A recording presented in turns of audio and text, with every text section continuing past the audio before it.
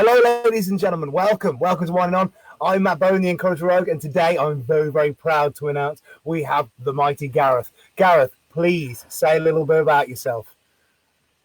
Wow, Gareth. I'm in my camper van, and I'm in lockdown mode. You might need to take the mask off. No, this is my lockdown mode clothes, and basically, keeping groovy. If anybody knows the mighty Gareth, I don't normally have a beard. That's for true, isn't it? It's very true. Yeah, you're usually a clean-shaven with a bright red crest. Oh yeah, I'm normally punk as hell. So, Gareth, I was always in the beginning now. So, while I'm sharing with everybody else in internet land, can you say a little bit about yourself? Just explain to people who might not know you, kind of professionally, what you are, who you are. I think I'm a street performer, and I discovered through being a street performer and everything about it exactly who I am. There you go. That's an interesting one. Oh. And are you just a street performer? Do you work in other things? Over my life, I've been a street performer for 32 years.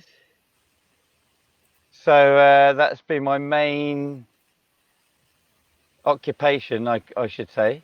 Yes.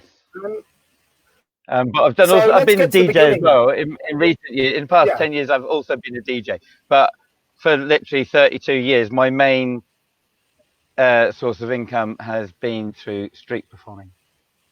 Can I ask you a favour, Gareth? You look a little bit spectral, a bit ghostly. Can I get you to move back a tiny bit? Is that? No, it's not a very good camera. I'm in my van. Yeah, it's all good, mate. It's all good. Maybe turn the light off a little bit. I think the light's a little bright. Oh, I thought I needed more everybody. light. We spent half an hour preparing this before we went live. Yeah, we did. We actually checked it in advance. That's better. I've got two lights. I've got one there. Is that one good? Yeah, that's all good, mate. So, let's get to the beginning of this. Why did you become a street performer? What made you interested in this? Why begin doing this live? All right. I am interested in who might listen to this, and I'm going to think anybody who's interested in anything that I might have to add from the past 30 odd years, and any young street performers. If I could influence any young street performers to do an amazing job, then that's the way forward, I reckon. Well, that's what we're aiming for this. So for you, when you were a young man, when did you first come into contact with street performance? Well, that depends. Accidentally by myself. Okay. How so? When I was about 8 years old, I got a magic kit for Christmas, and on Christmas Day, having just played with these tricks, I remember my mum saying, "Hey, Gareth, go behind the curtains and come out and do a little magic show with your new Christmas tricks." And I can remember having to stand behind the curtain and come out and do something. I don't know, I was 5, 6, 7, quite young. But I would say that sparked some imagination of doing a show. And then at school, a bit later, I made up a magic trick, which I thought I invented myself, but it turns out it's a trick. And I would disappear stuff until people got annoyed with me, but I didn't want to tell them how I was doing it. So, yeah. But anyway, I like magic tricks. And then when I was about 15, I used to work on a chicken farm, collecting eggs. And that Christmas, my mother bought me a book called Juggling for the Complete Klutz, and it came with 3 bean bags. And I just learned how to juggle 3 bean bags in a basic sort of like juggling pattern. And on this chicken farm collecting eggs from these poor little chickens. You know, like I know chicken. I have met thousands of chickens in my life, for real. And I put my hand underneath their fucking butts and I collected their eggs and I got pecked to fuck. And yeah, okay. If you want to know who the Mighty Gareth is, yeah, I've done all sorts of shit, yeah. So anyway, we weren't allowed to drop the eggs. So I would actually practice juggling these eggs and catching them without dropping them. And if I did, you got attacked by like 500 chickens would all jump on you where the egg hit the ground and like, you know, like, anyway. So I learned to juggle basically, and also when I was at 16, I really got into robotics because it was the thing in the 80s. Yeah, about 1984. Ding, ding, ding, ding, ding, ding, ding, ding, ding, ding, ding. Anyway, so I got into that, and then I did robotics. And so I used to like to. I made this suit with a mask, with wires going from the mask down to my neck to the suit on roller skates, and I was a roller skating robot. Wow. And did you do that in the street? I did it once around my hometown, Andover, for a few hours, and really enjoyed this fucking around. And my mate, I got him to be a scientist with a remote control, and he would remote control me, the robot, around town on my roller skates. And I just started playing with people, not to make money, but because I thought it was really funny to do. Yeah. So I already had this thing inside me of, and my friend said to me, he goes, "It's okay for you. You're dressed as a robot. Nobody can recognize you. I still have to go to school." And they could all see me, you know, like anyway, he was cool.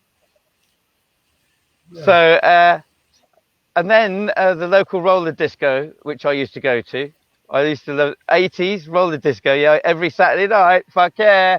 So I would go to the roller disco, and I'd been going around the town with my mask and my robot suit and my roller skates. And the guy in the roller disco said, "Do you want to come in tonight and just do what you're doing now in the roller disco?" And I didn't see this as a commercial thing. I thought, yeah, I get to the roller disco for free tonight and I can do what the fuck I want. And I said, "Can I play one tune?" And he said, yeah. I said, "Okay, when I come in, they've got to play Blue Monday by a band called New Order." And that tune is iconic. It's the first 12-inch single I bought in my life. And they played it in my local roller disco just because I was dressed up as a robot on roller skates. And I had a real good time. And my mask I made, back then people smoked everywhere. I would take a cigarette, and I made the mask with a tube going through. So I put the cigarette in my ear as a robot. I'd look at it like, what's this strange thing? Stick it in my ear and blow smoke out of my mouth. Joke number one by the Mighty Gareth. So how did you come to street performing then? When did you go to Covent Garden? Did you go and see stuff after that? Were you interested in it? My input is really important here because I was also in bands and I loved the technological, the sound system, the microphones. Since I was 11 years old, I was plugging headphones in with microphones and beatboxing at 11 years old and making snare drum sounds. I used to love playing drums as well when I was a teenager and that. But I played in like marching bands and all sorts. So I'd put the microphone up to my mouth and do like the marching band drumming with my mouth. And that's before beatboxing was invented. So, and I used to love, I saw this guy on the Generation Game or something, yeah, on TV with Bruce Forsyth. And that guy took a microphone and he did the sounds of Second World War air raid sirens. So when I was 11 years old, I took my microphone and I did sounds of Second World War air raid sirens and marching drum things because I used to play drums in a marching band. And I loved how it sounded through the headphones and through big speakers. and I got addicted to microphones. That mixed with my love of technical things and like doing robotic dance on roller skates, and I used to be in punk bands during my whole teenage years as well, meant that I think I had a lot of the kind of artistic input to find street performing. There you go.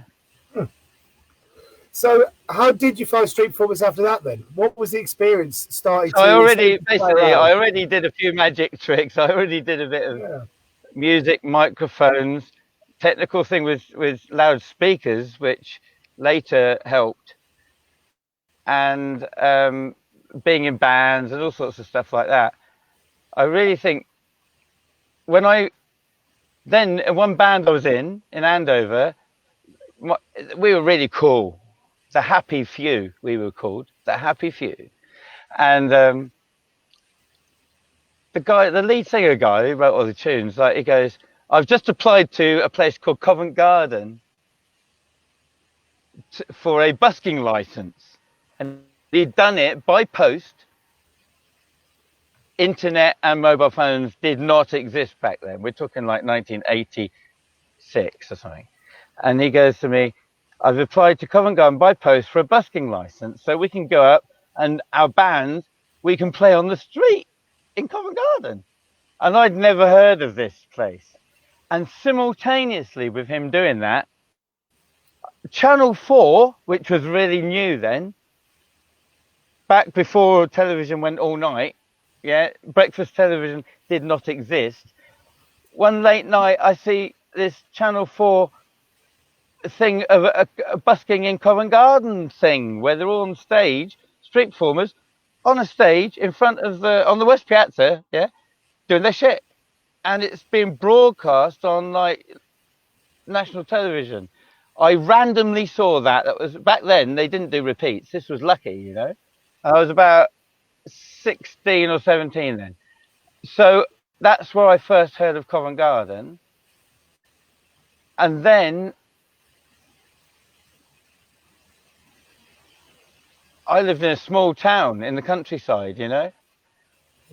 I never, when I went to my school leaving disco, like a school with 1,600 kids. And I dressed up at 16 as my roller skating robot, and I went and took the piss out of all the teachers, and then I escaped, and all the kids chased me, and I had to escape on high speed on my roller skates. I planned my escape route, and I went through the sports changing rooms and dived out the window and skated off at high speed, so no one in my school would know who I was. Now that's funny, isn't it? Really, like It is funny. I wanted to do this thing where I was being an exhibition, but I didn't want anybody to know who I was. That's really funny, man. Yeah. And I escaped, and I kept it a secret. So when I got to Covent Garden, now here's a funny thing. When I was a teenager, I went to university to do a degree, Brighton Polytechnic, not a university technically, but to do a degree in physics and electronics.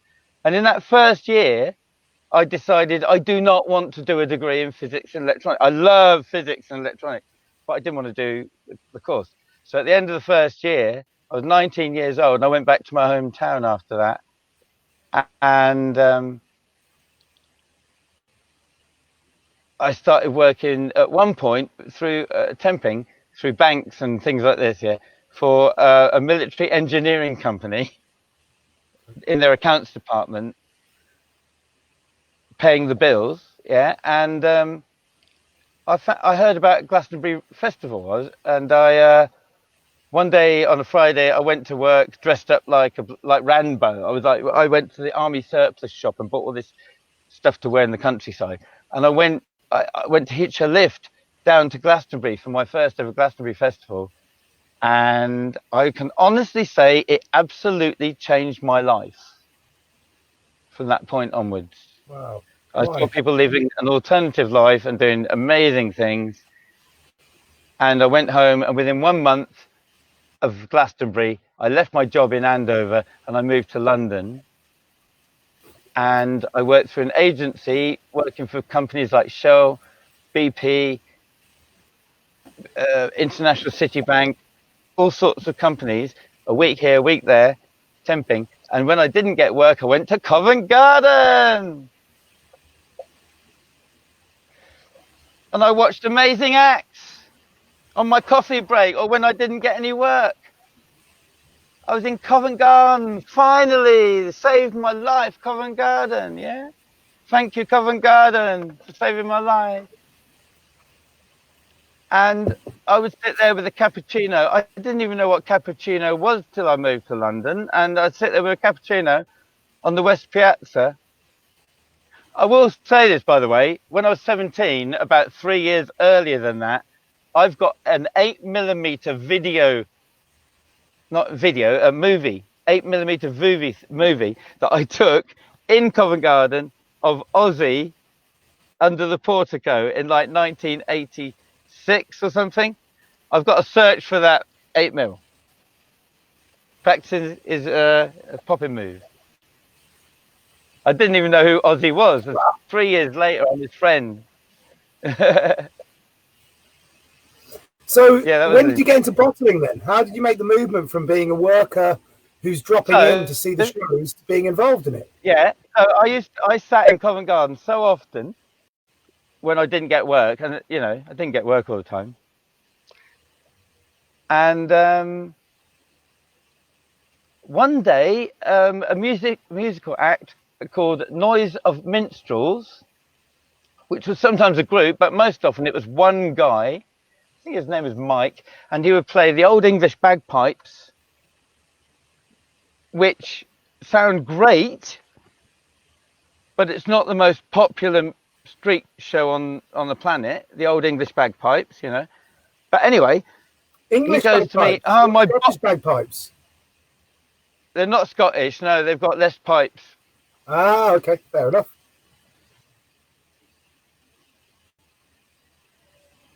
Anyway, so he would play them, which is medieval music on the inside pitch at Covent Garden. And yeah, so he asked me, he goes to me, my bottler, you know the term bottler. Anybody who watches this who's a street performer knows what a bottler is, I hope. Well, just for the sake of it, would you like to briefly, as you could probably do it better than anyone, describe what a bottler is? It's a money collector for street performers. There you go. And if you're going to bottle a crowd, old school street terminology, if you're going to bottle a crowd, it's your money speech, your bottling speech. And Silver kind of explained the other day what the term of bottling, so I don't need to go into it again. Watch Silver's 4-hour chat with you. Yeah. So yeah. With your English pipe player, he's playing his medieval English pipe music. He's talked to you and said, "Hey, Gareth, could you?" No, he goes, "All right, so I've seen you around here quite a bit. Would you collect money for me? My money collector hasn't arrived, blah, blah, blah." And I was like, "Yeah, all right." So I did it, and he had 2 spots, and he's like, "Maybe you have to wait around this afternoon." He had 2 more spots in the afternoon. That's before lunch, man. Musicians, they do 2 spots before lunch. Us lightweight fucking circle acts, we wait till at least, 11. Anyway, never mind. So in the afternoon, I did his second 2 spots, and he said I made more money than, his previous money collector. I seem to have a skill for that, obviously. And yeah, he asked me to do it the next day, and within about 2 weeks. Yeah, just before we go on, what was it like when you first started bottling? How did you feel? Oh, it was great. I didn't mind at all. I loved it. The idea of going around and asking these people, total strangers, having never done anything like that before, it was quite interesting.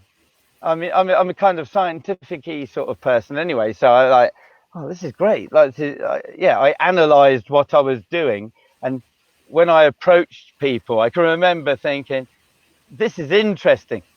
And with it, depending on who I was collecting for, I had to ask for money in different ways. And that became a really interesting challenge for me. Yeah, thoroughly interesting.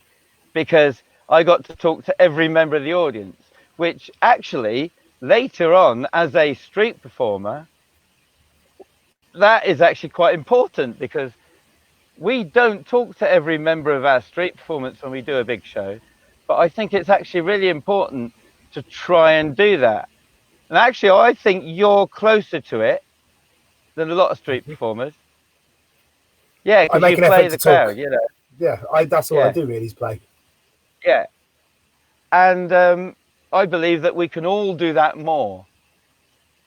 And I think some of the best shows I've ever done ever are when that's happening, when you're really talking to them, innit? Like, really, you're just like, something, you're not doing a show anymore, you're just working a crowd and you're talking to them. Well, it's that kind of thing. You feel like you're all part of something. So how did it progress then when you're bottling? So you're bottling now, you're enjoying it, you're involved in it, and it's this journey of discovery. You're learning about people around you. How does it evolve from there? So back when I first got to Covent Garden, within literally a few weeks of being there, Covent Garden, I'd say they had certain rules between there was the inside pitch at Covent Garden and the outside, and there were slightly different rules here. You couldn't juggle fire indoors, for example, and outdoors, like, you could be a little bit more noisy, like the break dancers. Well, yeah, break dancing. Oh my God, like the influence that had. Yeah, I love the whole breakdancing thing. And the cool thing about breakdancers is that they didn't give a fuck. So they just like, they turned it up. But back then, you didn't have a Bose sound system back then. You didn't have nothing. What were they using? They were called ghetto blasters. Big stereos with tape to tape. Oh my God. Like, some of the things I see. So there was a guy in Covent Garden when I first got there. I was trying to look up, because I love music, and I really honestly, in my teens, being a musician, and I had my multi-track tape recorders. I used to build mixer desks and everything. You know, I love me electronics, and I thought I was going to be a musician. And I was into synthesizers and everything but I didn't become a musician. But I did find Covent Garden, and I'd already done this thing where I was like being a robot mime on roller skates. And there was a guy in Covent Garden that absolutely blew my mind. And I ended up collecting money for him. Yeah? And this is his music. Can you hear that?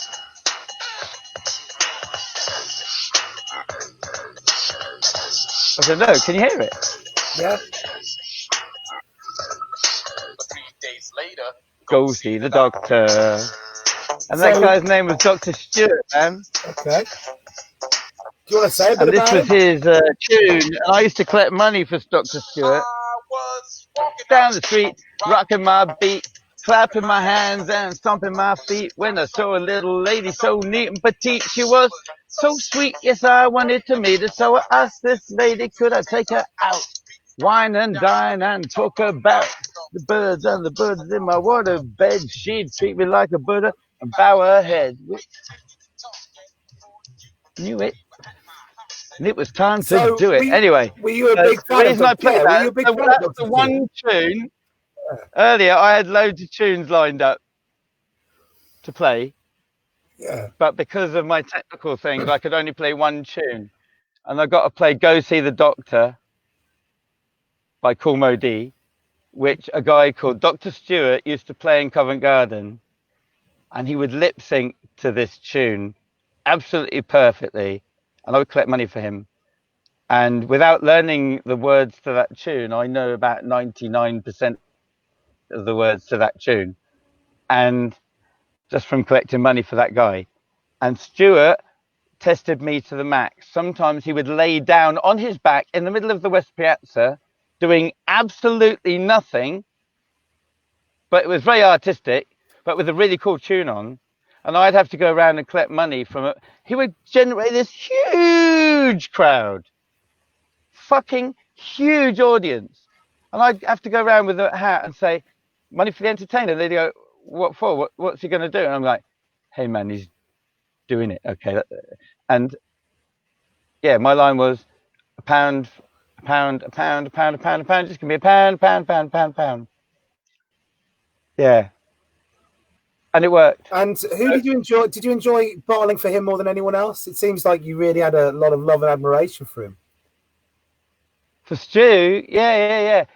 Oh, man, yeah. He invited me back to his house one time for dinner.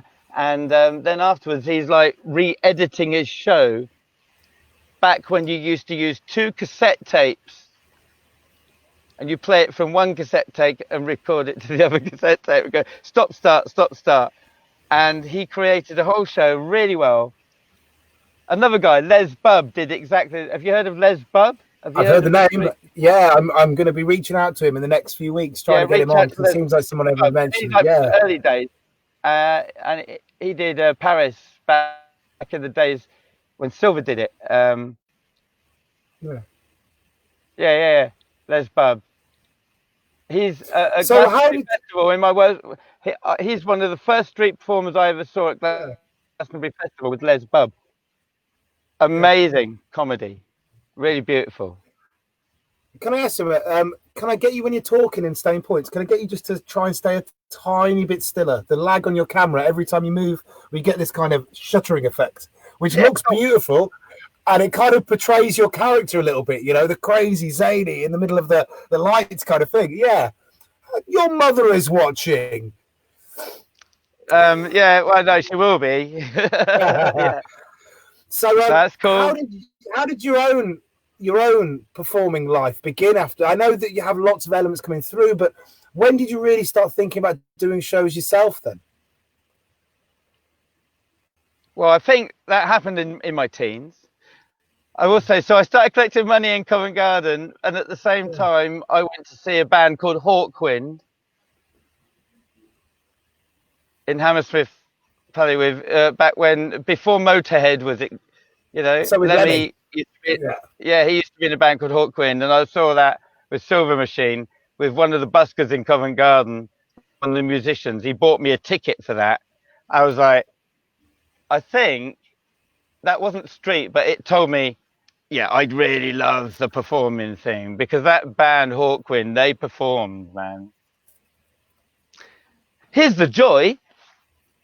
25 years after seeing Hawkwind, I've done all my performing for years as a street performer, and I get booked to be things like a compere host at music festivals, and I have to introduce Hawkwind at a festival.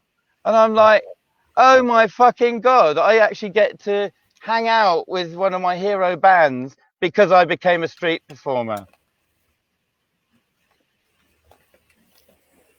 Wow, what a nice experience, eh? That's cool.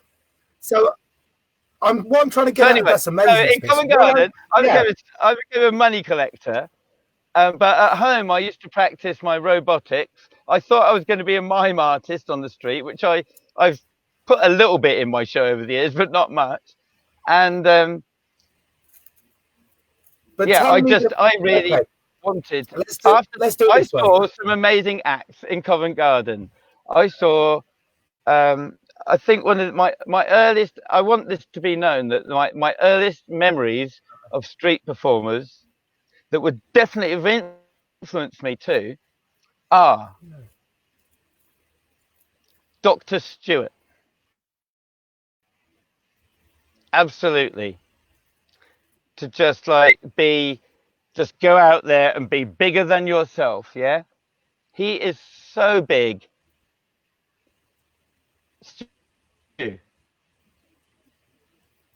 One time, like, these people came to Covent Garden and they said to me, do you know all the performers? I was like, yeah. Oh, we're working for a charity. Can you get like some performers to come and do a gig? I went, yeah, I know them all. And I went, you've got to have this guy, Dr. Stewart. And I said, Stu, they're going to be sitting in the pub. Can you just come through the door and do that thing where you look really big? And there was a pub called the Market Tavern where all the performers hang out anyway. And I got this charity person who wants to organize this gig. And Stuart just walks through the door on cue, looking like 7 foot tall with a top hat on. That guy showed me this thing about like being your persona. Yeah, Dr. Stewart is his persona to the max.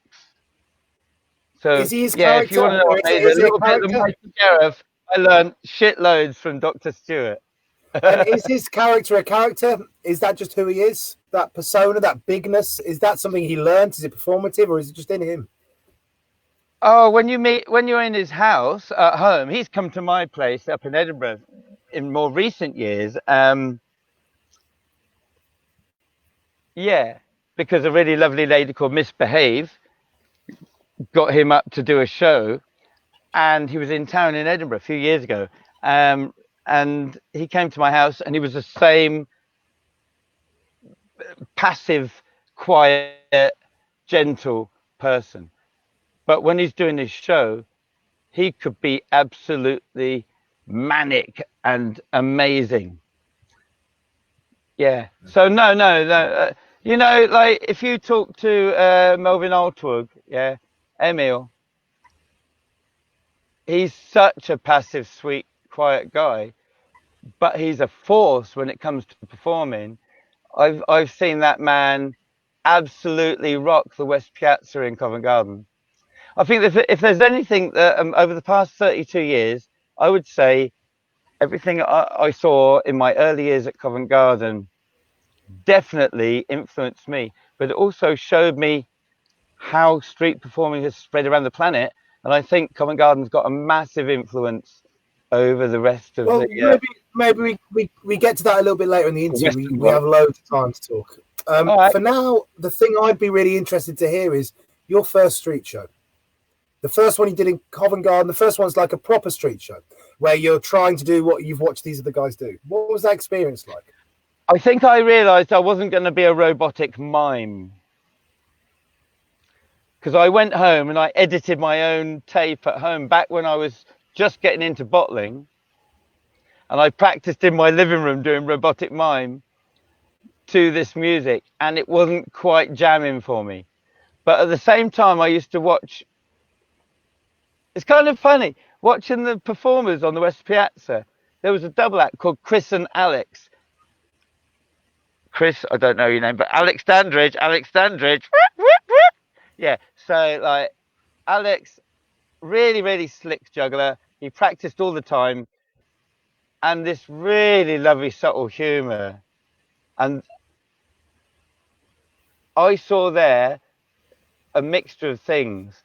I would say that's one of the ultimate street shows from back in the day, because two guys, we're talking like 1987, I'm pretty sure. Alex, correct me.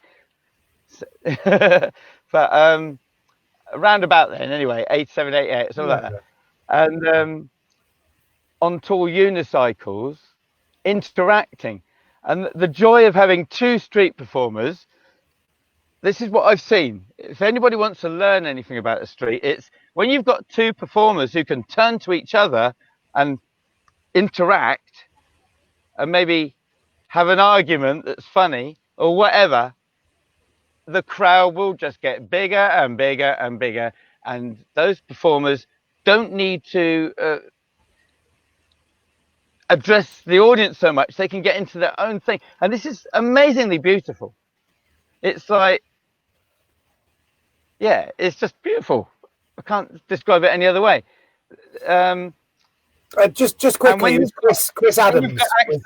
I just want to say, when you can do that, by the way, when two performers can interact and create this little bubble of world between the two of them, and then still interact, when the crowd, so they're working the crowd and doing it together. It's amazing. And sometimes I've been really jealous of those acts that are double acts. Have you ever thought about being a double act yourself? Well, it is a funny one. My mum's watched a few shows over the years, and she watched me back in, I don't know, 1990 or something like that. And I had a really good friend called Dave Wolf, who, he was a really dedicated street performer. He never did rocking massive shows, but he had a really good idea about what he wanted to do. And he had a sense of humor that was like off the wall. His sense of humor was, it was very unique and special. Like the likes of Douglas Adams and things like that, and Terry Pratchett, it's a very clever sense of humor. And he didn't make a lot of money, but he really persevered with it. And then one day we did a random street show, which we never did together.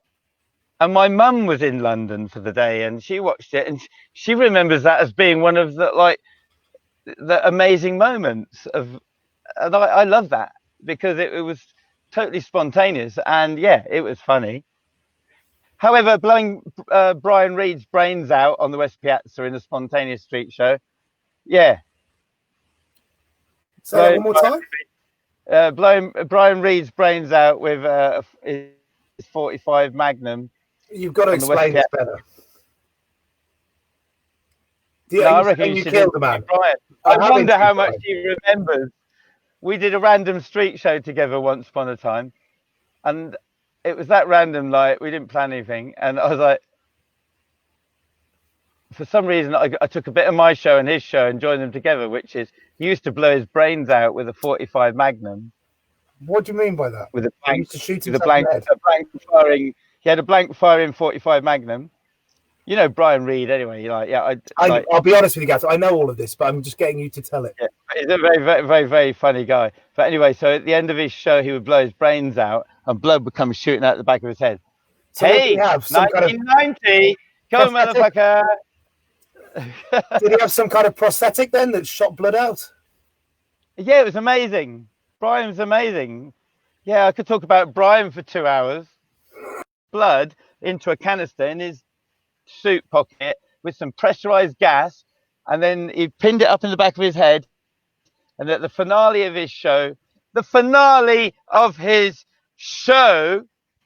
what a genius. There's all these punters in Covent Garden with their little kids going, let's go watch the funny juggler. Oh yeah. And he juggles some fire, makes some jokes. And the finale of Brian's show, he'd take a 45 Magnum with a blank firing bullet in it, and he worked out exactly how to do it so it wouldn't make him deaf. And he would go bang, and then blow his brains out, and then his real hair would flap like that, with blood going spurting out. Yeah. So we did a double act one day, just a random one. We've never done it since, I don't think, but it was really funny, in my opinion, anyway. Because I used to get someone and I'd do a cigarette trick on them. And I was like, I get someone out, I put a cigarette in their mouth. And then I was like, hey, I'm going to shoot the cigarette out of your mouth. My mate's got a gun. So Brian gives me his 45 and I stand on this side with this really real gun. It was deadly real. I mean, his gun was proper real. Yeah. And I go, bang. And it's so fucking loud, man. And then the other side, Brian's there, and suddenly blood comes spurting out of his head. And there's this guy standing in the middle from the audience with a cigarette still in his mouth. It hasn't disappeared. What do people do? Really, man? If you did that now, you'd be arrested. Brian was arrested. He did the gun show with a bright orange starter's pistol, and the armed squad came and arrested him. Took him to Charing Cross Police Station. There is a video of him doing a show to the police officers in the police station. I love Brian. And then the police, I think, in a way to cover it up, lost all the equipment and all the files. So anyway, we digress. Back to the story. So all the influences, when I was money collecting in Covent Garden, I collected money for, in the beginning, the musician, the medieval musician, which was a real challenge. And there was another guy who was a bit of a challenge. He was a great musician called Steve Meros. He was a guitar singer, but he sang in like Bob Dylan style. And that was like, he was good at it, but not everybody likes that. And I worked out very early, like, if it's classical musicians you're collecting money for, easy money. And there was these magicians that would do their like magic to a piece of music, easy money, because like, you know, they can't talk anyway, can they? And yeah, and then I collected money for Melvin, who was a following clown who like mimicked people. But through seeing that, then I also went to Edinburgh, where I met the likes of Pepe. I think I've known him for 31 of my 32 years. I know him by this anyway. Who is Pepe? So Pepe is an absolute master of street performing. I've seen that guy do the absolute best amazing street shows on the planet. Why? Because of the style of what he's doing. It's very easy for people to get into. Now, when I first met him, he used to do these like circle shows where he was very mimey. He would put a white face on. Don't tell him I ever said that. And about that same time, he started coming to Covent Garden, and there's a guy, Emil Flott, who did this following show where you mimic people, and that's funny as hell because it's so low key. People gather in a distance, and you get like this huge crowd. I swear I've seen 800 people in Covent Garden watching a following show back in 1988. Absolutely. And we're talking a massive crowd, but they wouldn't come past that step in Covent Garden. You know, that like the magic line, yeah. They'd all line up along that, but they would go right to each edge of the piazza. A huge crowd, and after Pepe came down, and then ended up working with Emil, and they would follow people together as a double act. That's so powerful. Two people following and mimicking people around Covent Garden is so hilarious. Pepe worked loads more than Emil, and he started to merge the two of those, like following people, getting a huge crowd, and then doing his like, he would do story mime shows, which are really cool, like, you know, a pantomime, getting people like to act out. You call it? Yeah. I don't know that word. I just see it like a pantomime. Anyway, a director of a pantomime. Yeah. And it's beautiful. Like Pet would like give directions to someone that are going to be really funny from the audience, and if you do this, we're going to land it, and it's going to be funny as hell, and he'd blow his whistle. So if there's something I learned from street performing from Pepe, it's blow the whistle and make them do the thing. Yeah, we're talking about street performing now. That was the point of this interview, is to come back to street performing. And there's a few things I learned there, which is, if you want to do like get a big audience, you've got to do something which attracts people from a long way away. And the following thing really works. It's so gorgeous. And I've seen, you know, people like Tony Livingspace doing it, where he's also got the microphone and the beatbox and the noises and that. Creating that big thing where you get an audience over there is really cool. And Pepe is one of the earliest people I saw where he invited that huge crowd in and boxed it in to a square and did the pantomime finale there. Yeah. And so using those two, that's where, like, I would say Pepe's mastership of the street is. I've seen loads of funny clowns and funny people over the years, but actually being able to realize you can get this big crowd, move them in, and give them a finale that hammers, that will make them laugh their socks off. Yeah, that's a really good street show. The people that watched Pepe when he was the master of the street definitely got absolutely way more than their money's worth, because he did a good money speech, but I think he sold himself short for years. He should have asked for a £5 back when he was asking for £2. He has a story for that. Hopefully no. I'll get him on to tell it. JP taught me that. I go to JP, how do you turn all them fivers into tenors? He goes, don't ask for fivers. So anyway, what was your first street show like then? When you first did a street show in Covent Garden, so we've got to the point now where you've done your magic as a kid. I moved to London. I lost my. I could never keep a job in fucking offices. Yeah, I'm too much of an anarchist. That's why I worked in temp jobs, and I didn't like it. But when I found Covent Garden, I ended up collecting for money collectors for money collecting for different acts.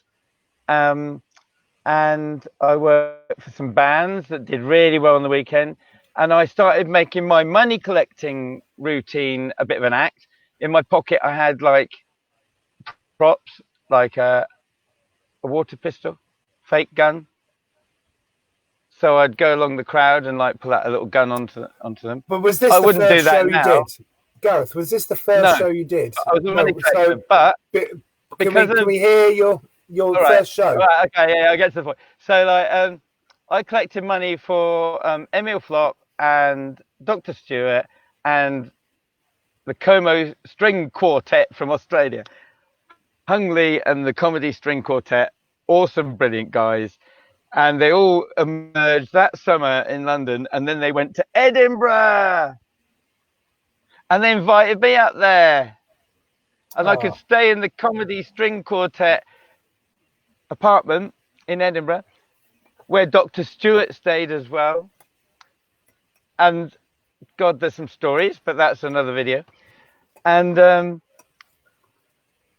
during that time, I went around and I needed money. So I didn't just collect for them. I asked every performer. I already had met a guy called Rex Boyd, who's an amazing street performer. I'm sure you've heard of Rex, haven't you? When I'm doing these interviews, I've heard of nobody. Who is Rex Boyd? Rex Boyd is this amazing juggler. Juggler. He's more than just a juggler. But when I met him, he was a juggler street performer from Texas in the States, the only Texas, I guess. And put it this way, he gave me my first set of fire torches. And he asked me to collect money for him because he heard I was a good money collector. So he does a melodrama with no, he did Robin Hood. So when I first met him, look, when I started juggling in my show, this is how seriously I took this. I had seen people like Alex Dandridge. I had seen a guy called Sean Gandini in Covent Garden juggling 7 balls. And I told people it was 9 balls because I counted it wrong. But anyway, I saw amazing jugglers. And when I wanted to learn to juggle, I based it upon that. I cannot juggle it. My rule was I cannot juggle in a street show until I can juggle 5 balls. And wow, so you wanted to be a juggler first. That's like the big day where you're a juggler. That's the grade that you are a good juggler. I was already doing street shows, but I wouldn't juggle in a street show. Even though I've been juggling since I was 15, I didn't know any tricks. So after being in Covent Garden, I was like, oh shit, if you want to call yourself a juggler, you got to at least juggle 5 balls. Done a few months practice, and so I was like, I once asked a guy called Matt Ricardo how many juggle catches he warms up.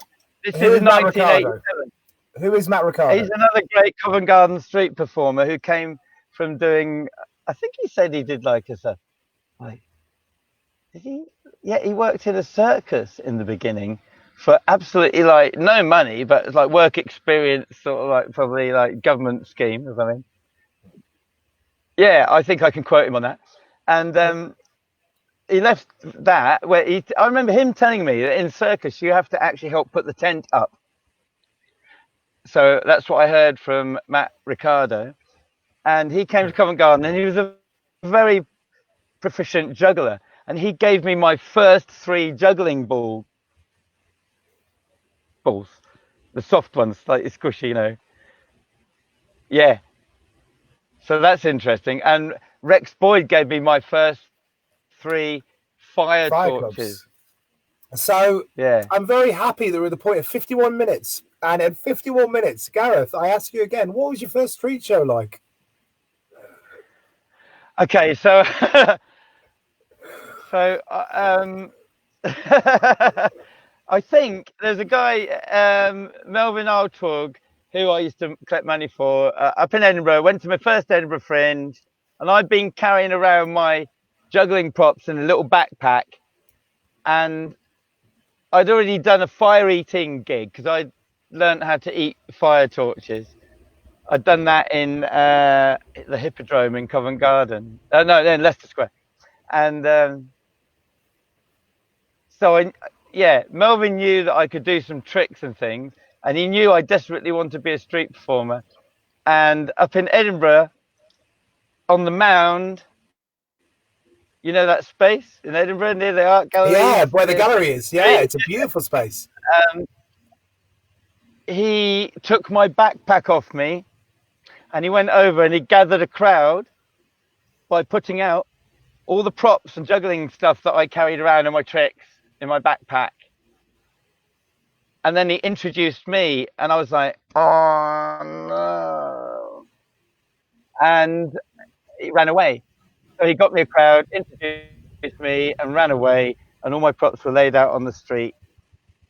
So yes, Melvin got my first. So what's the thing before this?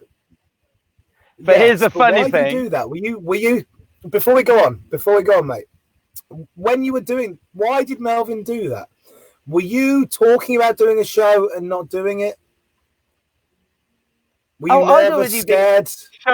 I'd already been trying to teach him magic tricks that I knew. Yeah. So he thought I was quite good at. He gave me my first gig ever before that as a magician. Yeah. And funny enough, it was Hyde Park Restaurant in the middle of London. And there was like 150 airline directors and what have you. So it was a bit of a posh do.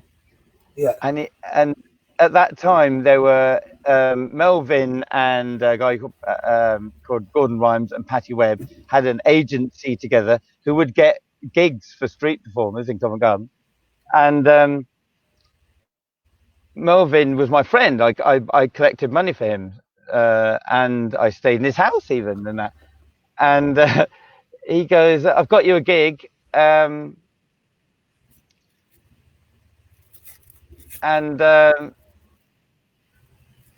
Doing magic. I was like, really? Why? He goes, just do what you show me and they'll like it. So I definitely think that, Melvin Altorg has had a massive influence on that kickstart, I think. He nurtured you by the sounds of it. So, and he gave me the name The Mighty Gareth. Really? And my first gig was with Nick Nicholas. And I'm like, this is my idol magician from Covent Garden, and my first gig I've got to go and do with Nick. He loaned me a set of Magic Lincoln rings as well. And was he a nice bloke? Was he supportive with you? Fuck yeah, Nick is amazing. And I wish I'd known this back then, but I was intimidated by all the street performers because they were so amazing.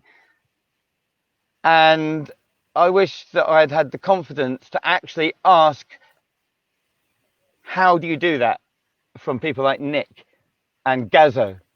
Because the only way I learned anything from Nick and Gazzo was by them showing amazing stuff and me watching it repeatedly and repeatedly. And do you know how long that takes? Oh my goodness. Tell me. That was the difference between me being a money collector and a street performer. I watched a guy on the inside pitch doing his show again and again and again where he disappeared a silk scarf. And then one day he got to that point in his show and he forgot some little magic prop in his bag and he had to go over there and get it. And that's how I found out how to disappear a silk scarf. And the same day I went straight to Allen Magic Shop, which was the magic shop in London, and I bought that prop and I bought a set of Lincoln rings and I left my job in office. Do you remember the that name was the of day magician? I changed. Damn it. Yeah, Melvin told me the other day, Emil. Was it begins with a G, maybe? Yeah, maybe. Is it Gino DeVille, maybe? Exactly, yeah. So that was the guy who I watched for like week after week to see how you disappear a silk scarf. And then one day I found out and I went straight to the magic shop. And within 2 weeks, I left my job. You found out by yourself, just a quick wink to the camera. Did he give you any tips? No, because I didn't want to talk to anybody. I didn't want to ask how the tricks were done. Even Nick Nicholas, like the first day that he blew my mind, I'd already seen him before, but then one day he just come back from America. He goes to the audience. Yeah, over here, come here, see some magic. Puts his jacket on the floor on the West Piazza, gets out a deck of cards, boom, boom, boom, few card tricks, does this trick where the audience say red, black, red, black, red, black, and randomly putting the cards down, he's turned a whole deck of cards into red and black in front of the whole crowd. How did he do that? Yeah, and then he took some coins, 50p pieces off the audience and did another card trick with 4 coins and made them go from there to there to there to there. Total magic. And all he had was his jacket and a deck of cards. And he said, honestly, to the audience, I've just arrived from the States and I want to make some cash tonight. So I'm going to go out and have a pint. And he probably made about 15 quid, which in 1990, 15 quid was like 50 quid. Night out for like what, 15 minutes of close-up magic on your jacket, no props, just a deck of cards. And that blew my mind. And I was like, I want to do that. Yeah. And so we're so close. We're 2 minutes away from an hour. So close. Gareth, we're almost there. What was your first street show like? So, Emil got my first crowd for me. So I actually don't think that counts, but it does in a way. And it was in Edinburgh on the Mound on my first ever Edinburgh Fringe when I was 19 years old. I could go and put a cross on the spot right now. I've even got a photo of it somewhere. But the funny thing was, my idol, Nick Nicholas, turned up in the front row when I was disappearing a cigarette in someone's jacket. And I got like really nervous. I started shaking because he was there. And I was like, go away. Anyway. So actually, Nick Nicholas watched my first ever street show. I'll say this again, Gareth, try and stay centered if you can, mate. Try and stay centered if you can. I made about £2.37, if I remember correctly. And so how did it go from there then? How did you feel after the show? Scared, so scared. It was a year before I did my second street show. Because of the fear? I don't know. Like I was doing really well at street performing. Back then, Brian Reed said to me, if you want to do better in a street show and if you want to get good at it, you have to give up collecting money for other street performers. So that your only source of income is your street show. And I will say that Brian. So you went back to Covent Garden and started bottling again. So you went back to Covent Garden and started bottling. No, I didn't stop. I was up in Edinburgh bottling anyway. I did it all the time, and I did actually really good for that because back in those days, to collect money, I'd get 25% of whatever we got that day, and it was well worth getting a bottler because acts would, get 3 times, 4 times as much. by getting a bottler. So the worst they do is to get. Yeah. But what I'm getting at here is you did the show in Edinburgh. You had that experience, and then you continued bottling, and that's when Brian's talked to you back in Covent Garden and said, "Look, if you want to do shows, you've got to focus." Basically, is that right? Yeah, kind of. Yeah, I'd say that was good influence from Brian Reed. Yeah. Now the thing is, I met this lovely lady who comes from Iceland, and I moved to Iceland. So in the first trip I did to Iceland, with all these little tricks that I knew, I remember we were going out in the town. All these people kept saying, "Oh, you should go on this TV show and name the name of the guy." And we're talking 1989 or something. And this famous TV show, it's like the Terry Wogan show. I don't know, on a Saturday night back then. And I went, all right. So I said to my girlfriend at the time, who became my wife, Inga, I said to her, like, maybe I should go and check this out. And you could walk straight into the state TV. And I went straight to the office. And I was like, people told me I should be on your show next Saturday night. And I did a couple of tricks in the office. And they went, yeah. So I actually ended up on Icelandic national TV about the age of 20, 21, something like that. That winter, after my first street experience. And then the next year, I went back to Edinburgh and back to Britain to do a bit of money collecting and try my street show out and that. And went to Edinburgh, and I didn't have much money then. And I'd already experienced doing this thing in restaurants and bars in Iceland, where they'd never seen anything like this. And I didn't even think I was funny, but people used to call me funny. They used to say, like, "Yeah, you're a comedian." I was like, "Oh, I don't know. It's just street humor I've learned, you know." And yeah, that was kind of interesting. But the next year, ended up in Edinburgh. Yeah. So was that was when I really. Melvin just quickly asked before we go on. The Icelandic show, was it the Hemagun show? Yeah, he knows that, because when he years later came to Iceland, after I got him and microphone a gig out there, and Gordon Rhymes actually, he ended up on the Hemagun show. Yeah, Hemagun was an ex-footballer. He was an ex-famous footballer from Iceland who ended up with a TV show on a Saturday night, like Terry Wogan or something like that. I don't know, Cilla Black, interviewing people, and Jonathan Ross show, more like that. Yeah, probably. Yeah, like. Yeah. I got you. So to move back to where we were before I videos of it on YouTube and YouTube.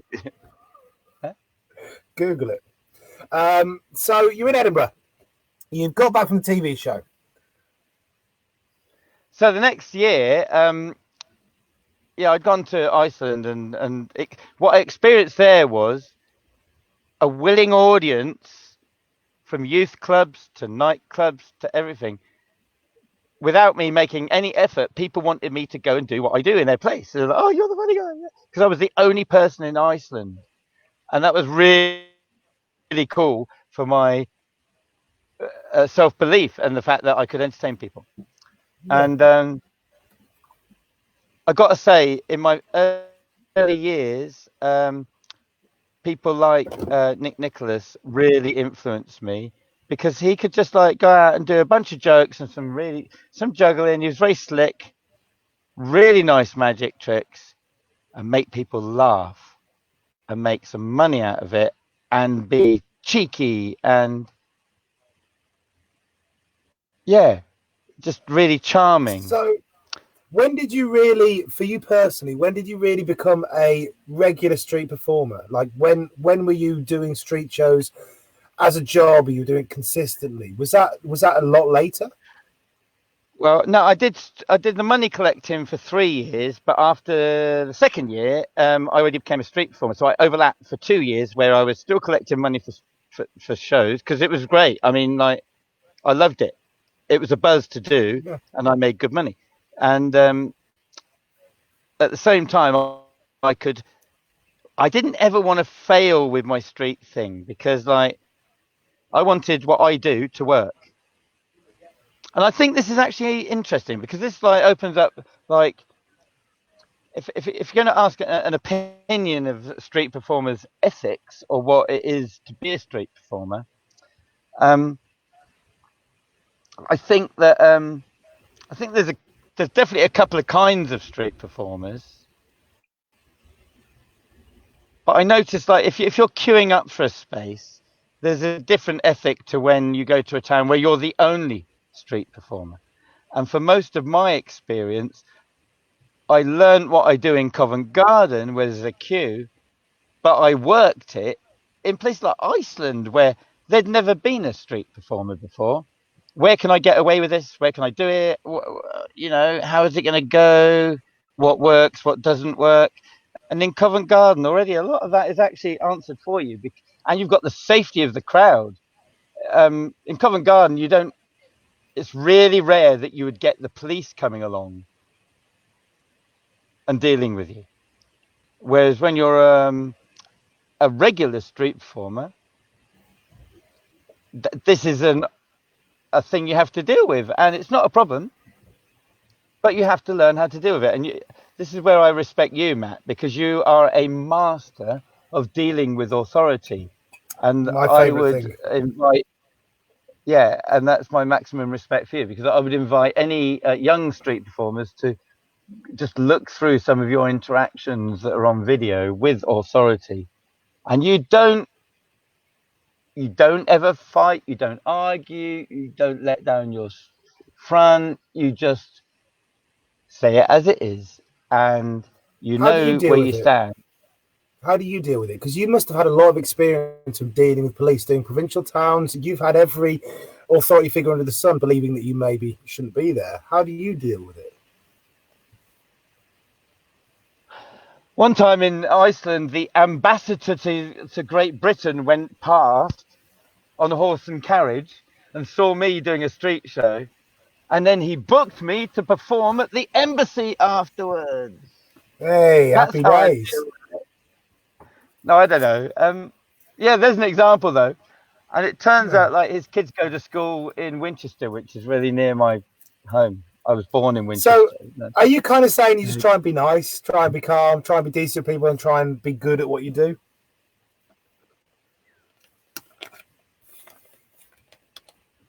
I think the way to get away with it is just understand that if you're street performing, you're doing something really lovely. Yeah. You're trying to make people laugh and show them some fun tricks, and like they don't see that every day. Maybe I learned that from being in Iceland, because they saw me as being unique and special. I think because my influence was so amazing. You've got to realize, when I went to Covent Garden, I remember seeing John Feely with a piece of rope with some knots in it and a huge crowd. And basically all he's done in his show is spun a ball on his finger, on a kid's finger as well, and then done some couple of rope tricks. And the people are laughing their titties off. And I can remember looking at that and going, how is he so funny? Where does he come from? Is he a Scouser? Is John a Scouser? I don't know. John Feely, wherever he comes from, it's not London. And he's just like, did he grow up with that funniness? And I started to think, with all my like friends I went to school with, who were the funny ones at school? What was it made them funny? Was it just they knew the jokes or something? What was this like? And I think the answer to that is like, if you just go out and try to do funny stuff in front of people, you realize what is funny, and you start to you just learn what's funny, and you learn to react. And I think like people like John Feely and seeing Eddie Izzard in Covent Garden as well. Oh my God, amazing. Eddie was like getting tied up one day. It's about probably 1992 or something. I don't know. I'm just guessing back. And he goes, I need someone to tie me up. And this South African guy, really tall guy, like that, walks into his show, picks up his rope, ties him up in a big knot, and then walks away. leaves. I mean, like, and he was going purple like that, but he still did it. It took him about 45 minutes hovering on his unicycle. That's how you get material. That's how you work your material. I don't know. Yeah. So how did you work? How did you work your material? How did you develop your show to be comedy then? Because you talked about what you looked at. You talked to thinking, well, where does funny come from? How did you develop funny? Because you can go out there and try and have fun, but you have to write things to do. You have to get the ideas of things to do. You can't just go out there with nothing and just stand there silently smiling. Well, okay, that's interesting.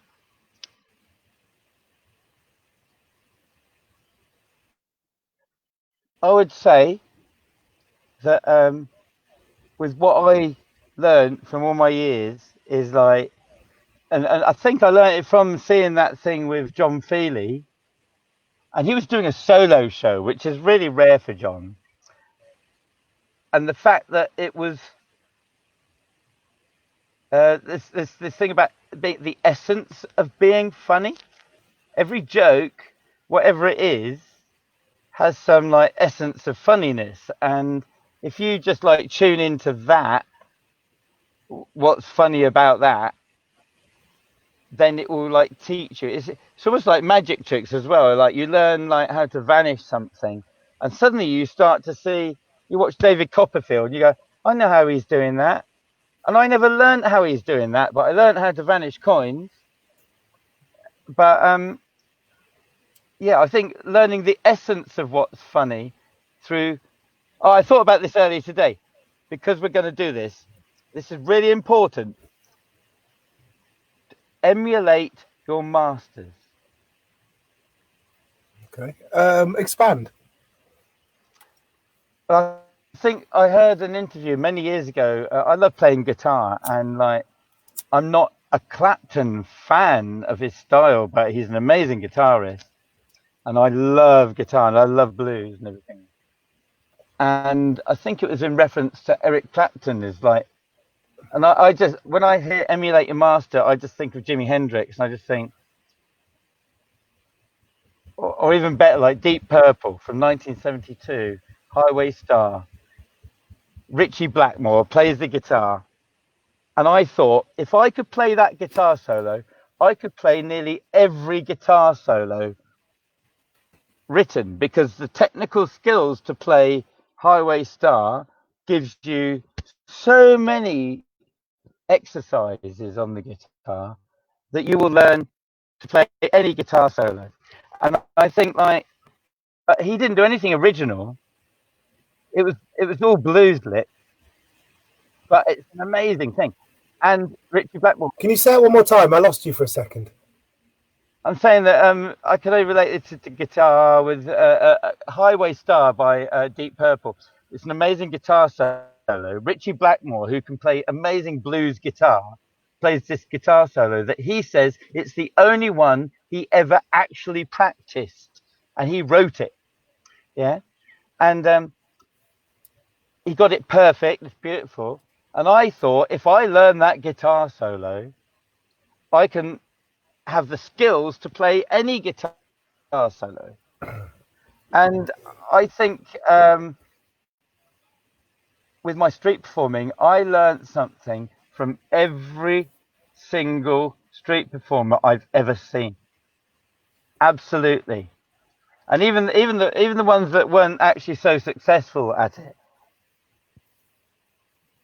Because, and this scared me when I first started street performing. I was like, oh no, there's so many mistakes you can make. I want to get this right. And yeah, it takes a few years to get it right. And the only way to get it right is to keep repeating it. And well, if you want to be a really good street performer, you have to repeat it and repeat it in the most thousands of hours. Adverse conditions.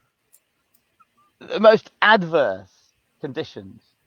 Yeah, there's something. Do you want to talk about the most adverse conditions in street performing? Yeah, please. Please do. Well, or even doing shows. One time I did a show about 12 kilometers from an erupting volcano that's one of the biggest volcanoes in Europe,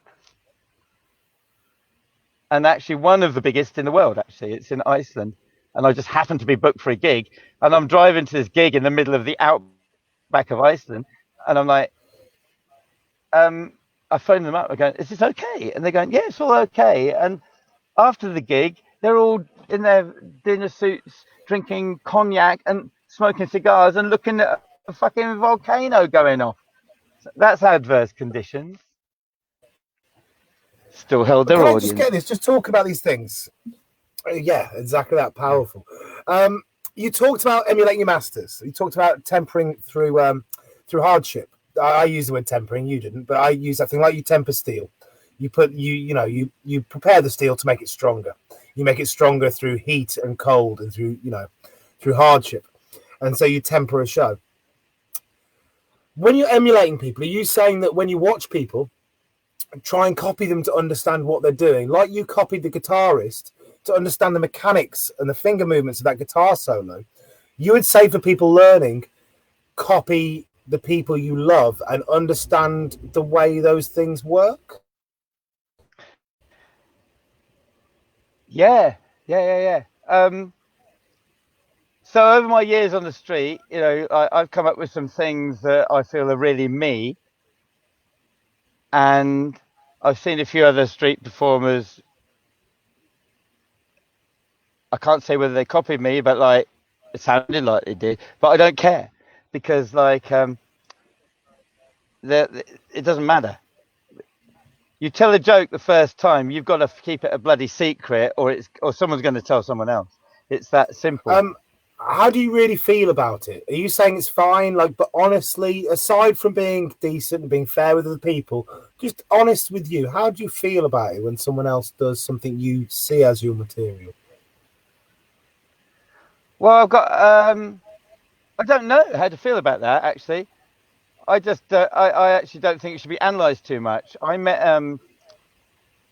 a magician who's street performer magician from India, who had been 5 generations of doing the same show handed down. His name was Nassim, and a friend of a guy called Andrew Elliott, who Anturu Manturu, really good street performer. Respect Anturu Manturu. Andrew Elliott, respect. I hope he watches this now. I've said his name. He's a great guy, and hopefully we'll get him on at some point soon. He brought this Nassim to Australia, and the guy couldn't speak English. Most Indian people can. This guy couldn't. He was proper street, and he had cannonballs in his show where he did the cups and balls and loaded. Cannonballs came out of his mouth. Yeah.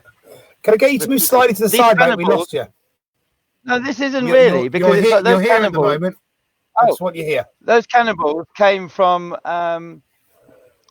colonial India. I'm just moving my.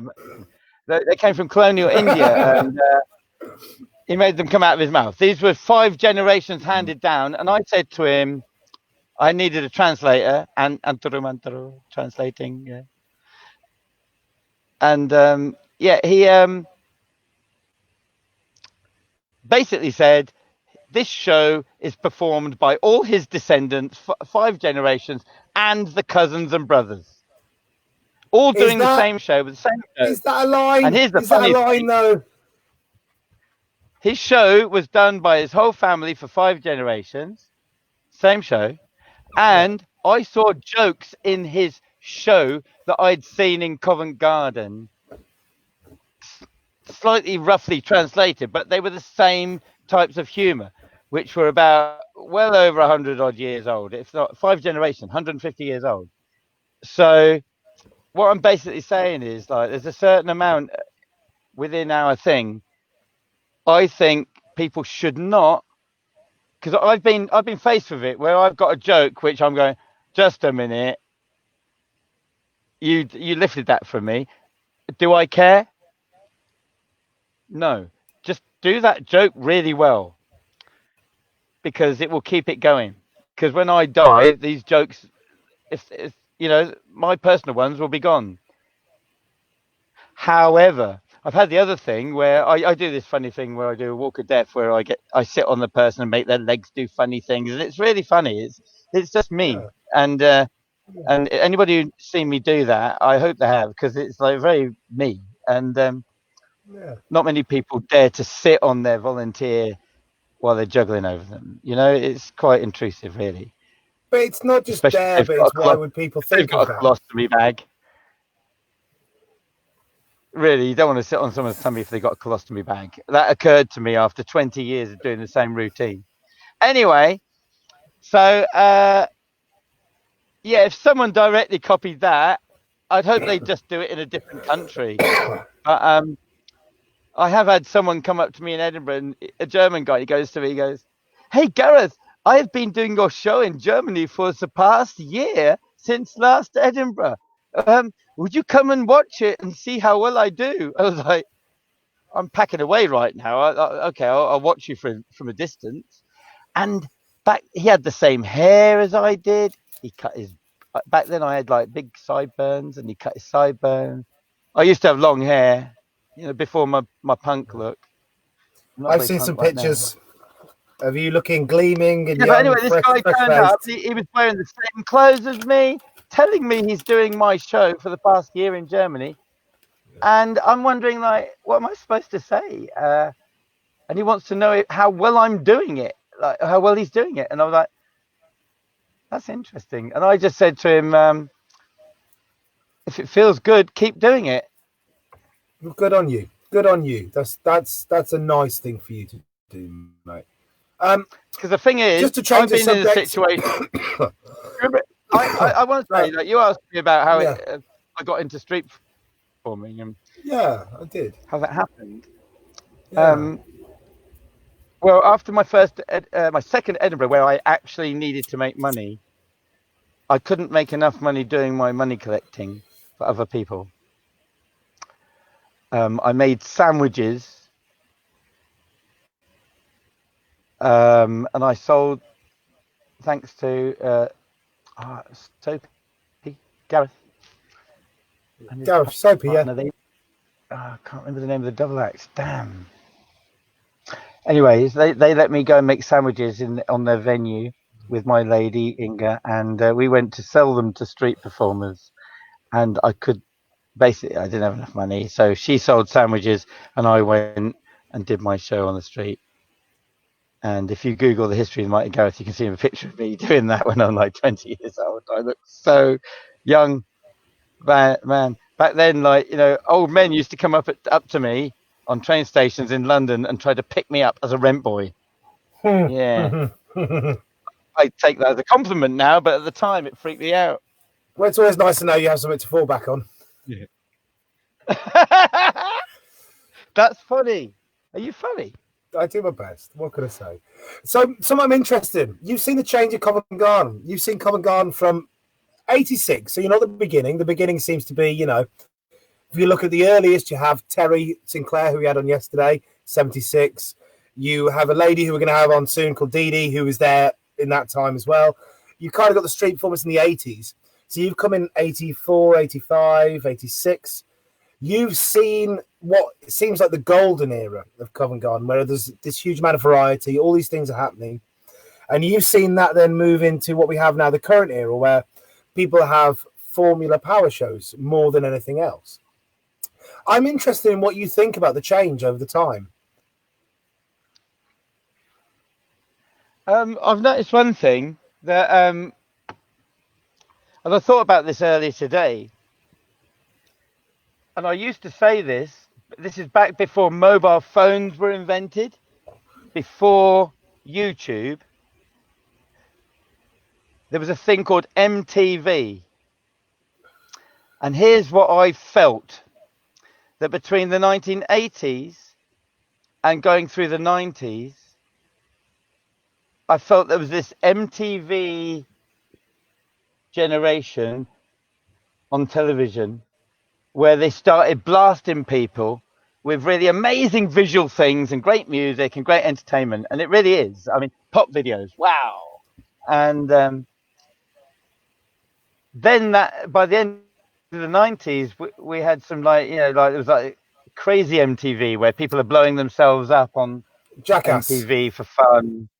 Yeah, that kind of thing. Yeah. End of the 90s. Tom Green was like the beginning of that, I think, wasn't he? So all the entertainment that's out there starts going wah, wah, wah, wah, wah, wah, wah, in your face. And I noticed a change from back when Chris and Alex did their shows in Covent Garden.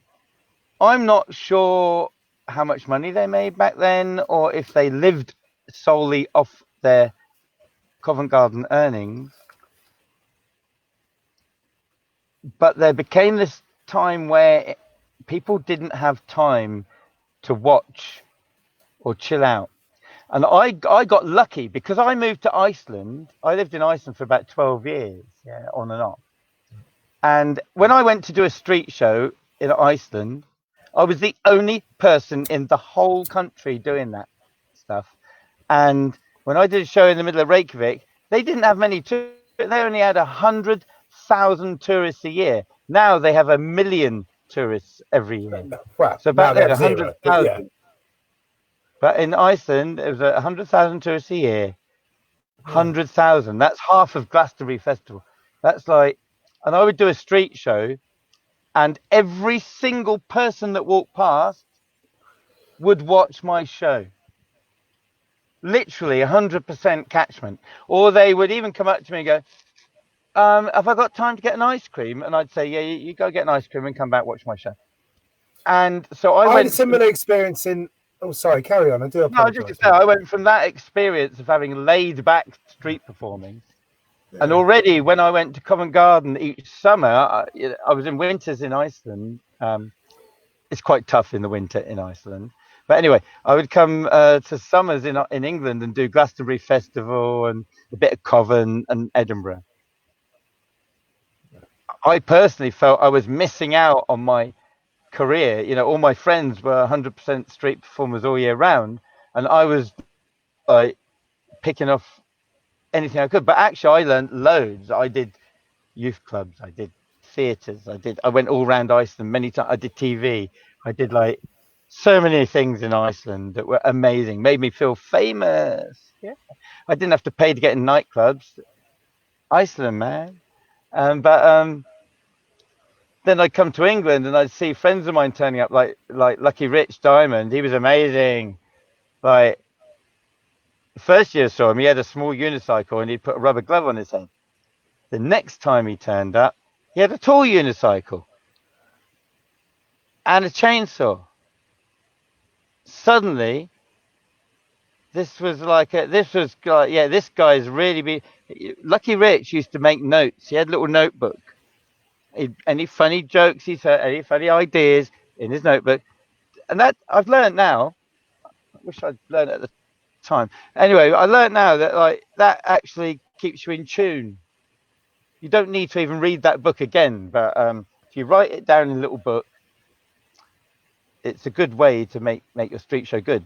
Even in the early years, Chris and Alex used to go for coffee in the morning before the draw, and I'm pretty sure it was Alex Dandridge told me that they would come up with one joke per day at coffee in the morning. Yeah. Well, if you keep doing that for months, you're going to end up with an amazing show, aren't you? Yeah, you're going to end with a lot of jokes at the very least. You told me something. I talked to Silver last week, and Silver, Graham Scott, told me that he believed that Nick Malansky, I hope I pronounced your name right, Nick, I'm sorry, Pete Malansky maybe, God, I'm sorry, such a bad memory, was the reason that unicycles became prevalent. He said that he went out there, he did a big show with a unicycle, and everyone saw that, and then the next year, there was unicycles everywhere. Now, I said that to you in a conversation after, and you had a different story of that, which I found really fascinating. What I enjoyed about Pete, when he was doing that, yes, he had a tall unicycle really early on in this tall unicycle thing. But Alex and Chris also had tall unicycles.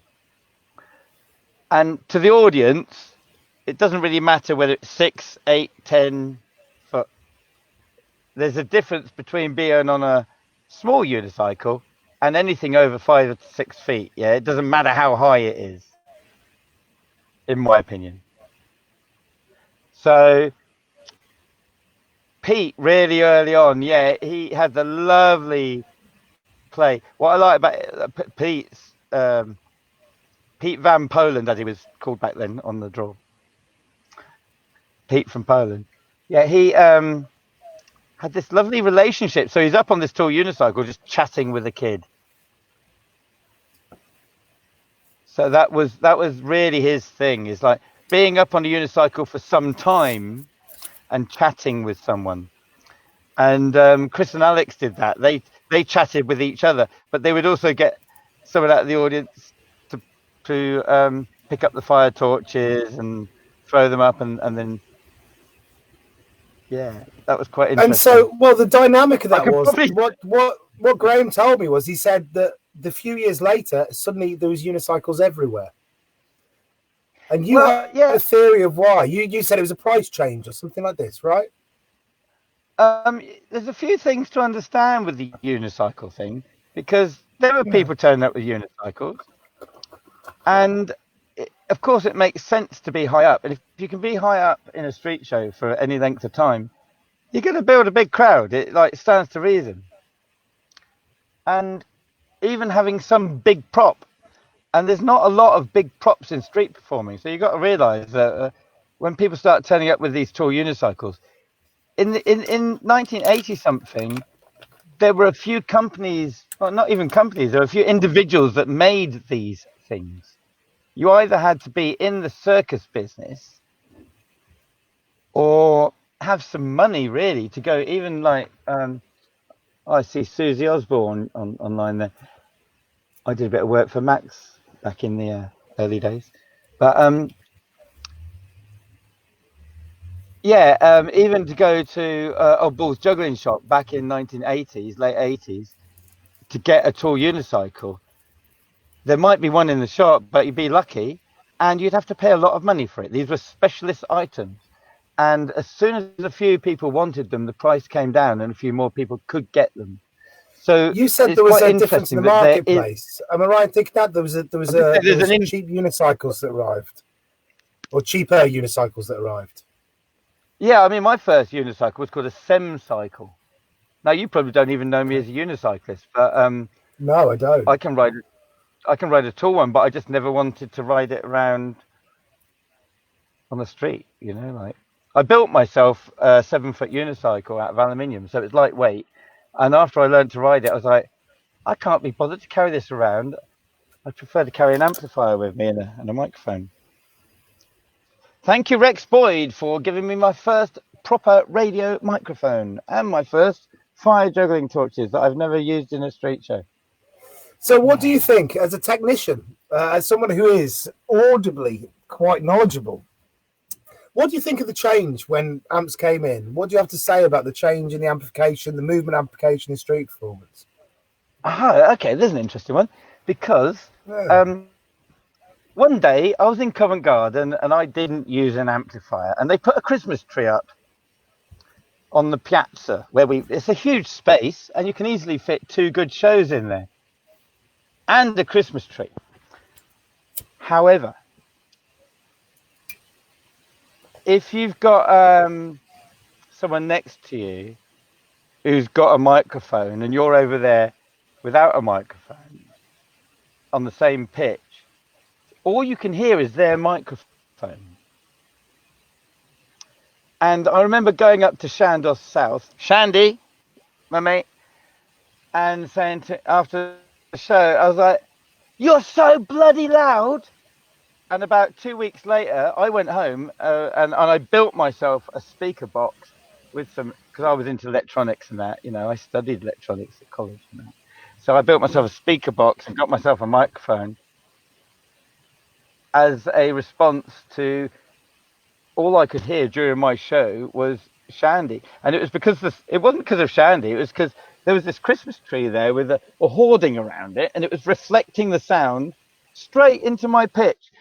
And the only solution I could see to that was to have the same thing myself. But what do you find? I remember getting annoyed with Shandy that day, and I was like, "Oh no," because I love Shandy. He's so sweet. I didn't really get annoyed with him. No, I was saying he's a lovely human being. So what did you find when you first used the amp? The invention of the radio microphone and the fact that you can go out now and you can buy yourself one of those blooming Bose. What's it called? They're nice. S1 Pro. Yeah, one of them. One of them. Jealous. I love it. Best thing I ever bought for street shows. Best amp ever. So aside from that, by the way, because of my skills, I actually built a few different amplifiers. And there's two street performers, one called JP Koala, and the other one called the Space Cowboy, who ordered from me a proper 100-watt amplifier back in 1990, I don't know, 7. Fold-away speaker with a built-in mixer. And I've actually Shane gave me his one back a couple of years ago as a sort of thing. And I've got it in my garage right now. And about 2 days ago, I got it out to show off to a mate of mine and go, look what I built in 1990 something. And it's a proper, really super loud amplifier. And I've got to tell you, go see the doctor. He was the first loud street performer I ever heard was a guy called Dr. Stewart. And he'd been to the States and he came back with this big speaker that just boomed the house, man. And whatever he said was heard. And I think that's the important thing. Since the invention of the radio microphone, the audience can hear every breath you take, every noise you make. They can hear all your inflections and you can be right in their head. However, there are other people like Pete Dobbin, who is the master of being heard without an amplifier, because he does his vocal warm-ups and he's got this really brilliant voice.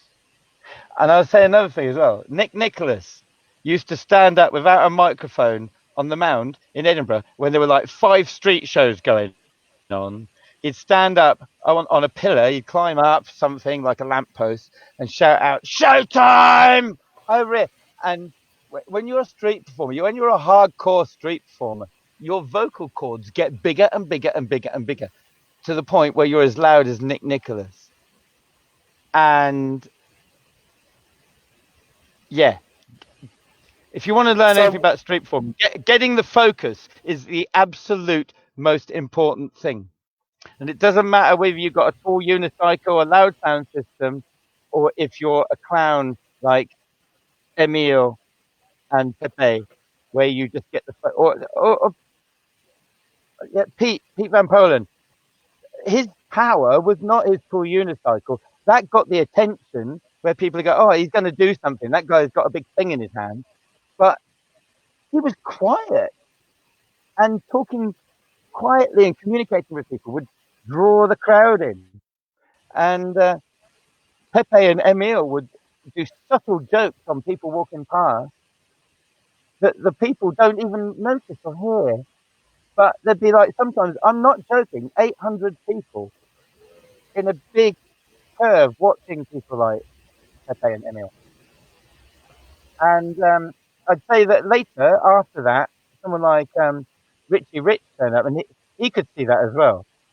And what Pepe did was he took that big crowd and he brought them in, wrapped them round, and did them a nice finale, bang, and wicked show.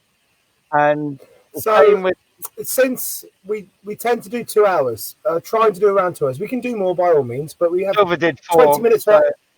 Silver did 4. You can do as much as you like. We can carry on. What I'd like to get to is this idea. Well, no, sorry. I'll say first thing. I want to talk more about your show, but in the comments, people keep asking about Michael Jackson's story. Really? They want to hear a story with Michael Jackson in it. Tell the MJ story. 1997, I think it was. Michael Jackson was in London for the British Music Awards, so he was going to perform on stage somewhere on live TV, and he decided to do a walk around the West End, and I just happened to be booked on the West Piazza on a November Yeah, the hard crowd draw in November. And on the inside pitch, Shandy was on. That's the funny thing, because Shandy used to do a very Michael Jackson influenced show back then. And anyway, in Covent Garden, sometimes you're doing a show and there'd be like a photo shoot, or like would turn up and you got like, I don't know, all sorts of things, superstars in your audience, like models and that, getting photos. Yeah. And my attitude was like, what the hell are you doing? Go away, you know? And so I see some person shuffling to get a front row seat in my show through the audience, and behind me there's all these guys with cameras and everything. I think I told them to bugger off, excuse my language. And I might have even said, I was quite raw back in the 90s. I was like, bugger off, you bastards, or something like that, yeah? Some accent, Anglo-Saxon. And I turn around to like this guy in the front row and I'm like, oh, hello. And it looks like a Michael Jackson impersonator with a mask on. And I went up to him and I pulled his mask away from his face and I went, are you the real thing or what? Are you a stunt double? He went, it's me. And I let go of his mask. I went, ping. Anyway, he was, like now masks are nothing. It's all the thing with COVID. But back then, Michael Jackson was the only person wearing a mask in London, I tell you. Anyway, and his nose was ahead of his time. He really did. Synthetic, maybe. I am one of the few people on the planet to film Michael Jackson's nose. We'll have that, eh? There you go, mate. Then I said to him, I said to him, by the way, I've got to say, I said to Michael Jackson, don't you dare leave without watching my finale. Because it's taken me about 40 minutes to gather this crowd on a cold November day. And if you walk off now, they're all going to follow you. They're not going to give me any money. And he went, oh, I'm sorry. And he got to his bouncer and he goes, and they gave me $50. And I was like, that's not enough. So he gave me another $50. I was like, that's about £70. That'll do. 70 quid, 1997, West Piazza, November. I got 70 quid from Michael Jackson. Eat that. Yeah. If he had gone to the inside pitch, he would have been in Shandos's crowd. And would have watched himself. Shandy would have melted down and had a heart attack on the spot.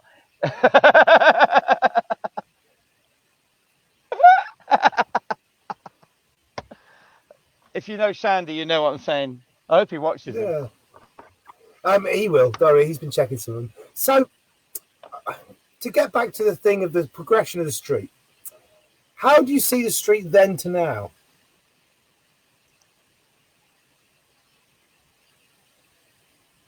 Okay, so you've got the street when you began. You've got the street now. I might not be able to answer that, but I will say this: that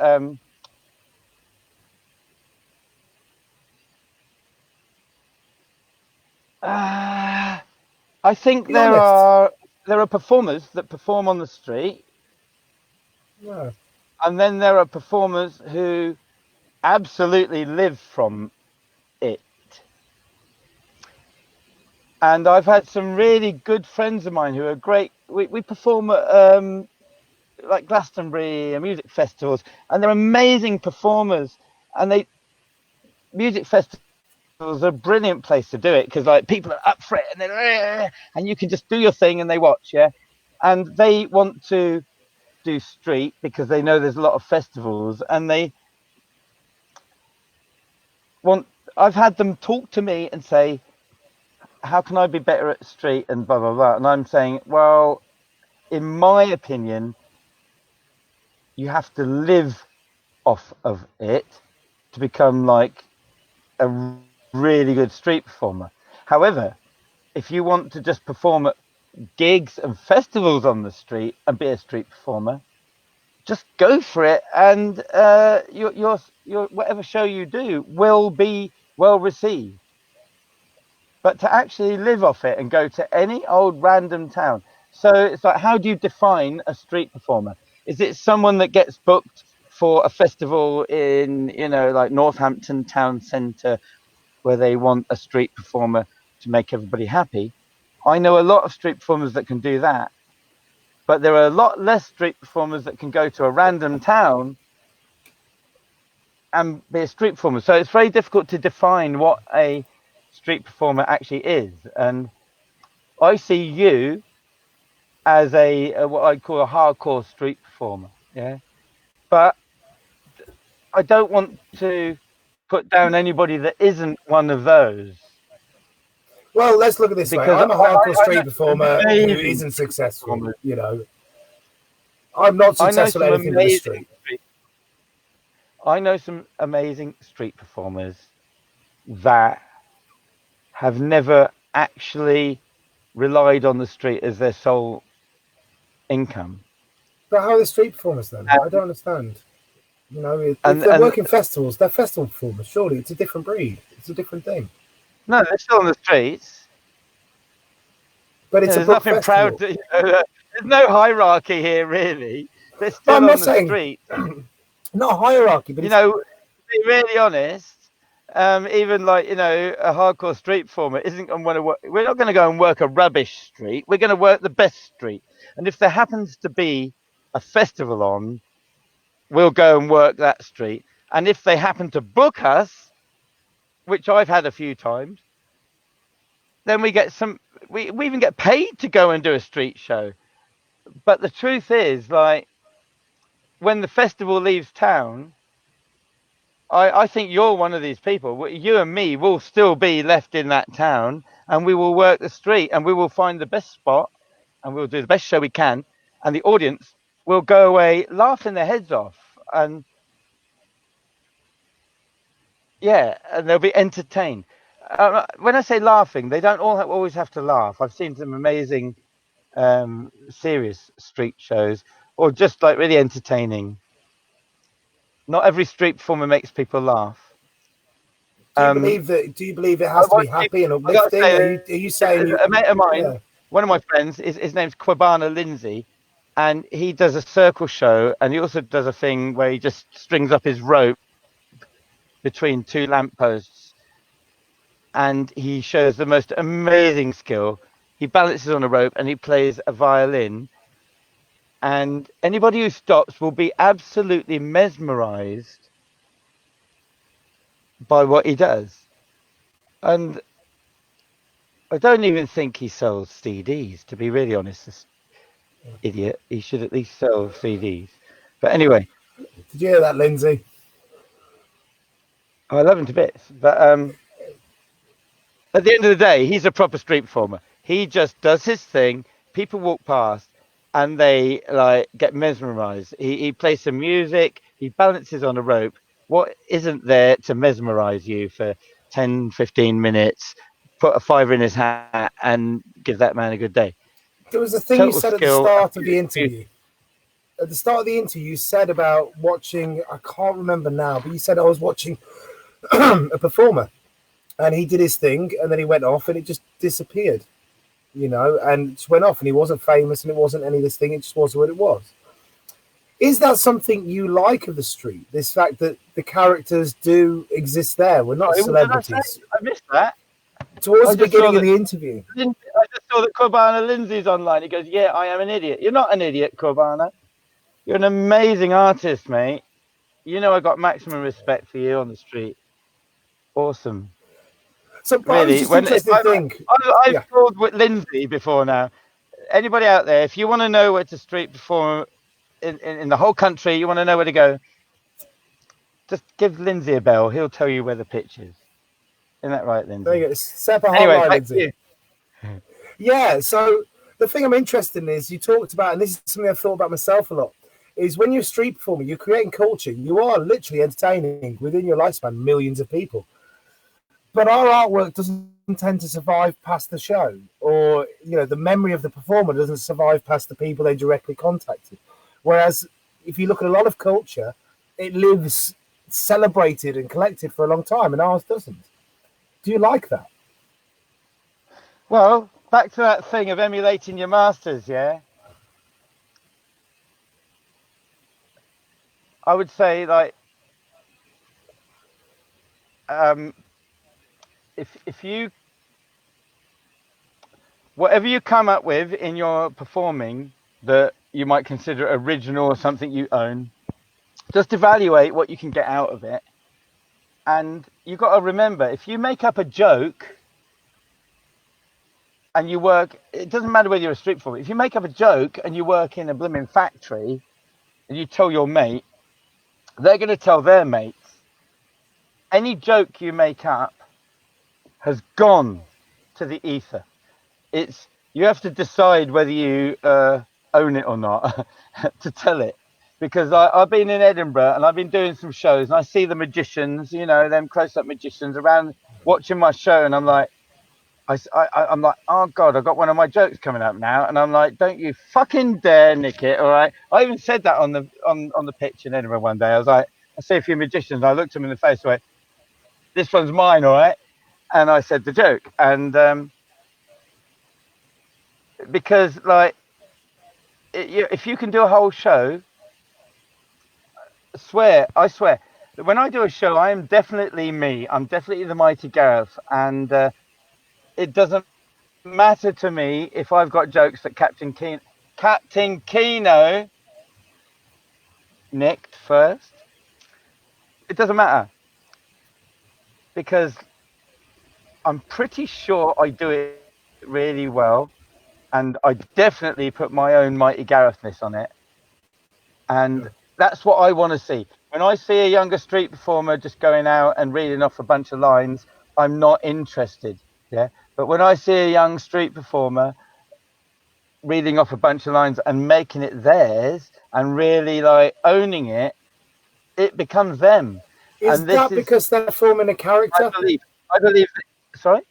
Is that because they're forming a character that's, it's kind of in addition to the lines? There's a character that's selling that.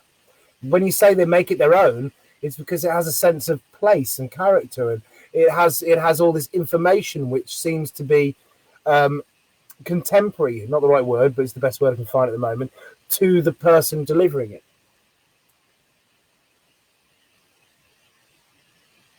Yeah, I'm not sure. Yeah, I'll just go back every time to saying, when I practice guitar, I imagine being Jimi Hendrix, but I don't actually want to play tunes like Jimi Hendrix. Okay, it's that simple. Yeah. You want to find your own sound. When right? I went around Nick Nicholas's house one night, and it was just me and him, and he showed me the cups of balls. And he said, "Hey, here's a trick I'm learning. What do you reckon?" And I was like, "That's amazing." But he'd already shown me some card tricks that were amazing, and I had to pick up decks of cards and practice for ages and ages and ages. And then suddenly I was like, oh, that's that trick that Nick showed me years ago. Like, oh, I finally got it. Yeah, that's it. And this thing about being funny, like seeing John Feely in Covent Garden, what's funny about that? Seeing people like Eddie Izzard or Alex Dandridge, these are very funny people. And the way that... yeah, definitely Melvin and Dr. Stewart and Pepe Mime would interact with people in the audience in a totally random way. That was funny. And from everything that I've learned from everybody, like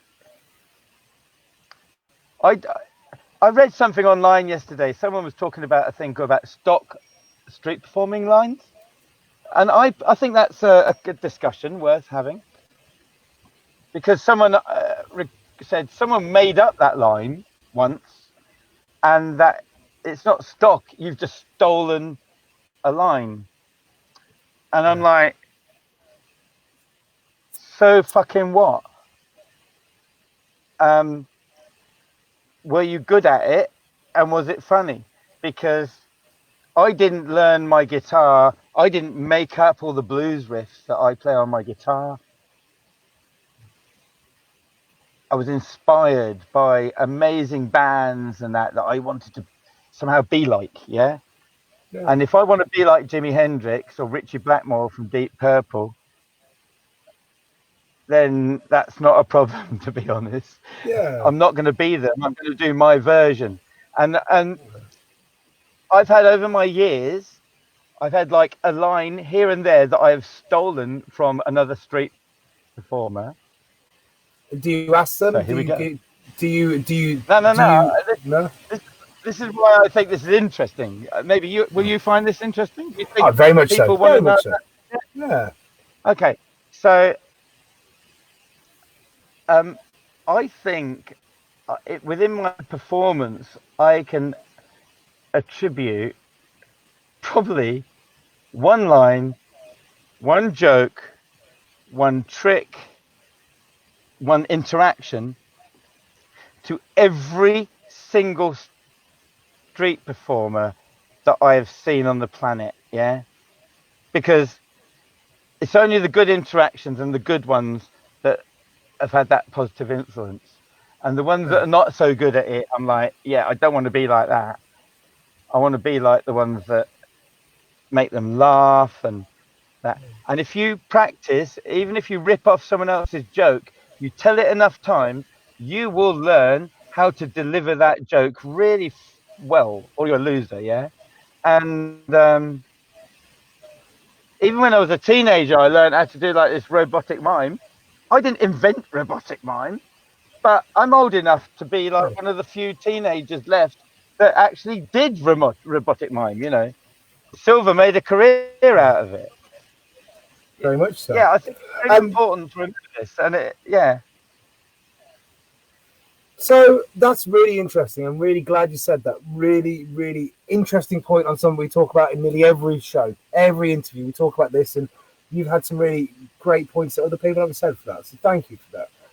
To go back to your career, how did you become the main compere on a circus field in Glastonbury, entertaining thousands of people? I already went to Glastonbury before I was a performer, and it changed my life. I went from working in a accounts department of a military engineering company, and within a month or two of Glastonbury, I left home and moved to London, found Covent Garden, blah blah blah. But it became my life. Luckily, I discovered squatting, and I found out in Hackney back when I was like 19, 20. And I think because of the hippie influence that Glastonbury already had on me and that, and meeting all these squatters and that, I found a very different way of life that was outside the normal life. I didn't pay rent. I just went to Covent Garden. I made some money and I ate some food, and I never saved any money. I just was like that. And yeah, it's quite interesting. Yeah. And so how was that journey? You're not saving, not spending. How did you make your way to becoming, what were the steps to making your way to becoming this big compere and this big festival, probably one of the biggest festivals in the world? On the main circus field, I love Glastonbury already, and I've been there a few times. And I jumped the fence the first time I went there, and then the second time I went there through one of the Covent Garden musicians who needed a roadie. Yeah. And then the third time I went there was through a guy called Windsor, who was an amazing street performer in Covent Garden, and he was connected with Glastonbury. He was a compere of the circus tent, and also Les Bubb worked there regularly, and a few other performers. So I'd already got connected, and then this lovely lady called Arabella Churchill, who runs the theatre and circus field at Glastonbury. She's passed on now, but what an amazing legacy she's left behind her, and of performers. And what that lady created was definitely a festival of alternative performers, where I swear the majority of the United Kingdom's best street performers over the past 25 years or 30 years have performed at Glastonbury because of that lovely lady. And I will point out her lovely man, Haggis MacLeod, who's a good old friend of mine. But anyway, yeah, what an amazing thing. That event, I don't think people have the idea what effect that Glastonbury Festival's had on the world of music. Like, there are sound systems that were invented to play to big crowds because of Glastonbury Festival. And through me going there a few years, and then my friend Windsor used to compare the Big Top, and he said, "Oh, we need another compare, and I can't do this forever, and I think you'd be good at it, Gareth." And he talked me into writing to this lovely lady called Arabella Churchill, and it took me 3 months because I can't write. I've got problems with that. I'm dyslexic, and I eventually wrote to her, and she booked me to compare for 7.5 hours. And was that the main circus field? And I told her, go away. That's too long. So she cut the hours and booked me. Yeah. So you went straight into the main field there. You didn't work your way up. You shot into the top spot. Oh, yeah. No. All right. I've already gone there, and I've been booked a couple of times to do some street shows. And actually, yeah. One time I went out at Glastonbury, booked before I did the Big Top to do a street show. This is the joy of Glastonbury. Is like they've got this big, like, market area, and they've got this circus field, and all the people walk from the main stage, and then suddenly, like, you got these big heaves of crowds walking through the circus field, and if you can attract them to your show or into the Big Top, you're going to get a big, massive crowd. And they didn't even know that there was any circus on there. And here's the joy: is like street performers have to be like, I really think we're like the best street performers there, because like you just got a crowd walking past. They've just seen, like, Van Morrison. That's how old school I am, on the pyramid stage, and they're walking off, and they can walk past an amazing act like Les Bud, and suddenly, like, they're watching something they've never seen in their life. And I think I got a thrill from that, and I think that's why Arabella booked me to do the Big Top job. But before that, I was booked a couple of years to do the field, but I really wanted to be on. I wanted to get a go on the theatre stage or the outside circus stage where there was a sound system. But I've got a photo that I did a massive show, and I said to the audience, I'm a street performer, and normally we can't build a big crowd. Yeah, we try our best. But at Glastonbury, there's the biggest crowd ever. So I'm going to use every trick in the book to build the biggest crowd. Yeah. And I like the way you played yourself as the underdog. Well, anyway, so I built this massive crowd, and I told them, once we've done clapping and cheering, you'll sit down, and we're going to do it 3 times more. And I've got a massive crowd. I've even got a photo because my mate Haggis, he comes out from the production office, and he took a photo over the top of the crowd, of this huge crowd. I mean, they were roaring. It was beautiful. Yeah, and I even got them to pick me up and walk me to another pitch. Wow. Rock star. This idea of moving a crowd. Haggis named a name. He said, tell them about Jade. What does that mean to you? She's my amazing manager in the circus Big Top at Glastonbury. And do you know what I like about Jade? She manages the Big Top, which is a tent that holds about 3,000 people seated on the ground. That's like the maximum street show. It's like and they have amazing circus in there, like proper, like, flying trapeze and everything. And yeah, I've introduced Kobana Lindsay doing a rope walk on his rope across the top of the circus Big Top. Wow. It's got to be at least 50 feet in the air, 80 feet in the air. Yeah, cool. Anyway, like, yeah, what an amazing place.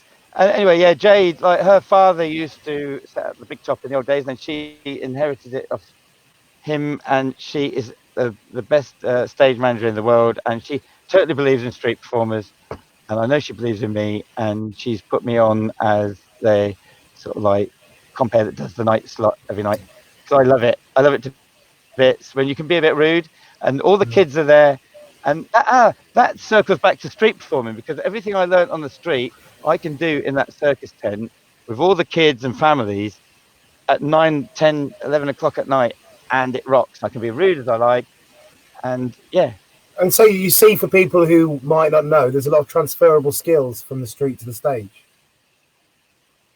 Yeah, the best one is the audience bit, the interaction. You know, that is the ultimate.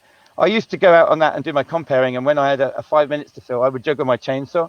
But in the past few years, I suddenly realised, no, past 10 years, I realised that all you need to do is to get a kid out of the audience, and the kid's like delirious from being awake, and it's 11 o'clock at night, and they're tripping like all the adults, and you just ask them questions, you make them do something, and they interact, and that is from the street, absolutely, and it works really well as a compere. So my advice to anybody who wants to be a circus compere or cabaret compere, do the street. If you want to be a comedy compere, it might be more difficult, but why'd you say that? Do the street. It teaches you. Why'd you say it's more difficult for a comedy compere?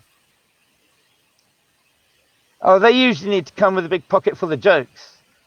I spend all year collecting jokes that I'm going to do in the Circus Big Top, and I might use like 3 of them. Fair, but that's the way it goes with anything. Yeah, I went to Australia recently as a compere. I went to Australia recently, and yeah, I actually met Haggis there. He took me out to dinner, but that's another story. Anyway, I was doing a show there, and my favourite joke was on Valentine's night. Do you want to hear it? Yeah, I'm listening. All right. So, yeah, if you want to know who loves you the most, your wife or your dog, lock them both in the boot of your car and open it up about 2 hours later, and you see which one's pleased to see you. I thought it was funny anyway. It was very, I'll be honest with you, I'll be completely upfront. As you were talking to me, telling the joke, Keno just called me, and I just had to hang up on Keno, because that was why my eyes were in 2 places. Right. I do apologise. So, by the way, I've got to say, I learned a lot from Captain Keno. What an amazing street performer. Here's what I learned. If you're going to do a trick, learn a good trick. So before I wanted to juggle in my street show, I based my skills on a guy called Dirty Fred. Can you tell us a little bit about Dirty Fred? How's he going? And actually, on Matt Ricardo, these were Matt Ricardo, very slick juggler, and Rex Boyd, very.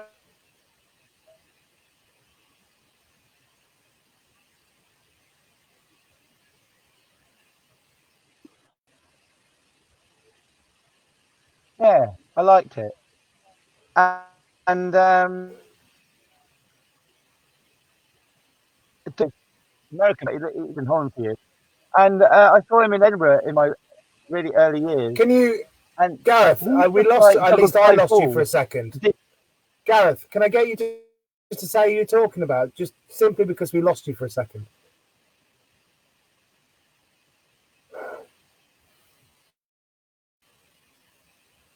The joys of internet broadcasting.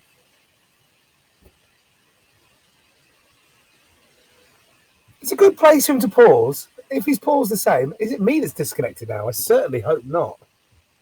No, I don't know if we're still broadcasting. I have no idea what's going on. If I'm still broadcasting, hello everyone. Thank you for whining on with me. I think Gareth might come back. I think, but I'm not sure. For now, I'll tell you, tomorrow we have Susie Osborne. Susie Osborne's going to be amazing, so please check her out. I'm going to keep talking to you while I'm checking what's going on with Gareth. I do a very, very weird face when I stare across it. I know I don't look pretty. I'd like to say Gareth's been great. I've really enjoyed him chatting. He is gone. See you, Matt. Yeah, I'm here. I'm still here. I'm going to try while I'm talking to you to get him back on. So if I'm not the most entertaining man in the world, I do apologise. I've saw Gareth many years. The guy's, for want of bad language, and I'm sorry Gareth's mother who may still be watching, guy's fucking indestructible. He doesn't fail. He's the thing that people talk about is being a real street performer. And it sounds a bit shitty when you say real street performer, because you don't mean other people aren't real street performers. But you're talking about this kind of style that only gets evolved when you're on a quiet, dead street in the middle of winter and you have to spend 20 minutes trying, desperately attempting to get a crowd. And you can tell when you watch people who are doing that, you can tell they've done that. You can tell they've put the time in, because when bad things happen, when things go off script, they are in the element, because suddenly it's like, okay, I'm doing the same thing I was doing before. I'm spending time playing. I'm interacting. I'm looking around. I'm thinking. I'm being active in my mind when I'm doing this. And a lot of stagier acts, when things go wrong, when stuff happens that's unexpected, you can see them stop and you can see them really struggle to figure out how, does the train keep going forward?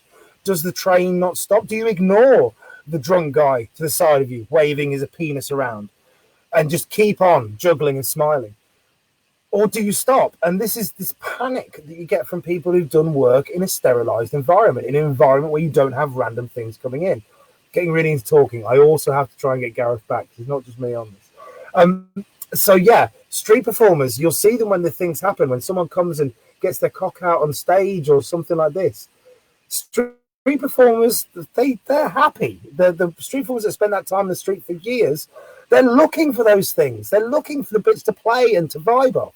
And it's a joy. And I think this is what Gareth talks about when he talks about old school, real street entertainers. Is what he's talking about. He's talking about people who are able to, in that moment, play with something that happens. And that only, in my personal belief, my own bullshit opinion, that only happens through thousands of hours of you being on a spot and having to respond. Oh, Gareth, hey, you still there, mate? Hello? You still there? Are you coming back online? I'll send you a link. I've just realised when I smile, my mustache sits over my teeth and it makes me look like I'm missing teeth. Everybody, look, I have all my teeth. So you're trying to get back on. Would you like me to send you the link again?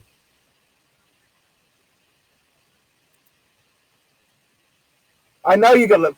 Everybody, Gareth is saying please stay because he's got loads of shit to say. I don't doubt it. What first person on the show. I tell you what you need to do, mate. What you need to do is you need to. Great. Not yet. You're not on yet, mate. You will be very soon. Let me put my lighting back so I look beautiful, as possible. So nobody can hear you yet, I don't think, but they will be able to hear you in a second. 3, 2, and Gareth. Hey, mate. How you doing? Back. Are we back again? We are back. While you were gone, I was just talking about all my ideas of this being some kind of like historical, insight onto street performing. I just wonder what's most important. Yeah. Is it the Mighty Gareth story or what I've experienced from seeing all these amazing performers over the years, I think it's both. I think it's the Mighty Gareth story, but the Mighty Gareth story that you're telling is, implicitly linked with all these performers. Your life is woven into theirs. Like you are a big jumper. Yeah, I mean, I will say one thing. Okay, so I can definitely say a couple of years ago, I saw Keno in Covent, Captain Keno, the late great Captain Keno of Covent Garden, who when I arrived there... Is he still alive? Paul is still alive? No, he called himself that. Okay, fair enough. And I said to him, I mean, I learnt those from him, and I literally blatantly ripped off loads of things I saw him do, but not loads. A pinch here and there, and I'd say that I definitely did that for every single street performer I've ever seen, and not in an attempt to copy their show, because I could never be like them. But anyway, so I saw Captain Keno. I was like, "Hey, come out and watch my show." About 2 years ago or something in Covent, and I said, "Tell me how many of your old jokes and tricks are still in my show 30 years later. And he watched it and he goes, wow, it's like watching myself 30 years ago, but you do it way better. Oh. And I took that as a massive compliment from Keno because he's an amazing performer. And maybe he was just trying to make me feel good. But at the end of the day, yeah. So everything Gareth, I ever learned, and it has become me, you know? Let me ask you this, you know, in your journey of street performance, I'm trying to think the best way to say this, best way to phrase it.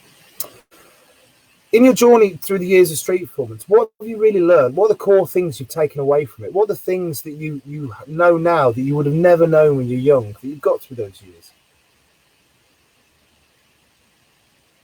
I wish I'd known that it could actually be like a way to make a living and not just survival. Because I wish I'd learned some of the skills. Do you think that survival? Some of my mates learn. Some of my mates own houses. I still live in a blooming van. You know, like, it doesn't matter how good a street performer I've become. I talk to a lot of people about this, particularly with people. Yeah. I know I've done street shows in the most difficult, ridiculous, unbelievable places to do street shows. I've chosen to do a street show when it's minus 10 degrees. That's colder than it needs to be to have snow, you know? And I've chosen that. I've done street shows where I've done a show in Sydney, Australia, in King's Cross, where I picked up heroin syringes off the pitch and had to dispose of them. I mean, I'm like, what do you do with a pair of heroin syringes? You know, like, where do I put them? You know, and before doing my street show, taking back where you bought during my show, I mean, I must have had every situation you can ever imagine being complicated on the street. I can guarantee it has been at least 10 to 100 times worse than anything you will ever experience in Covent Garden. And why? Why do you think that?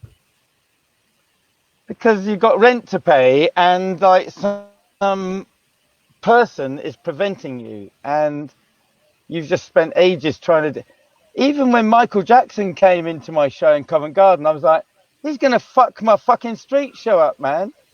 I don't need Covent... Sorry. I don't need Covent Garden plus Michael Jackson. You just need Covent Garden. No, really. Ask yourself this.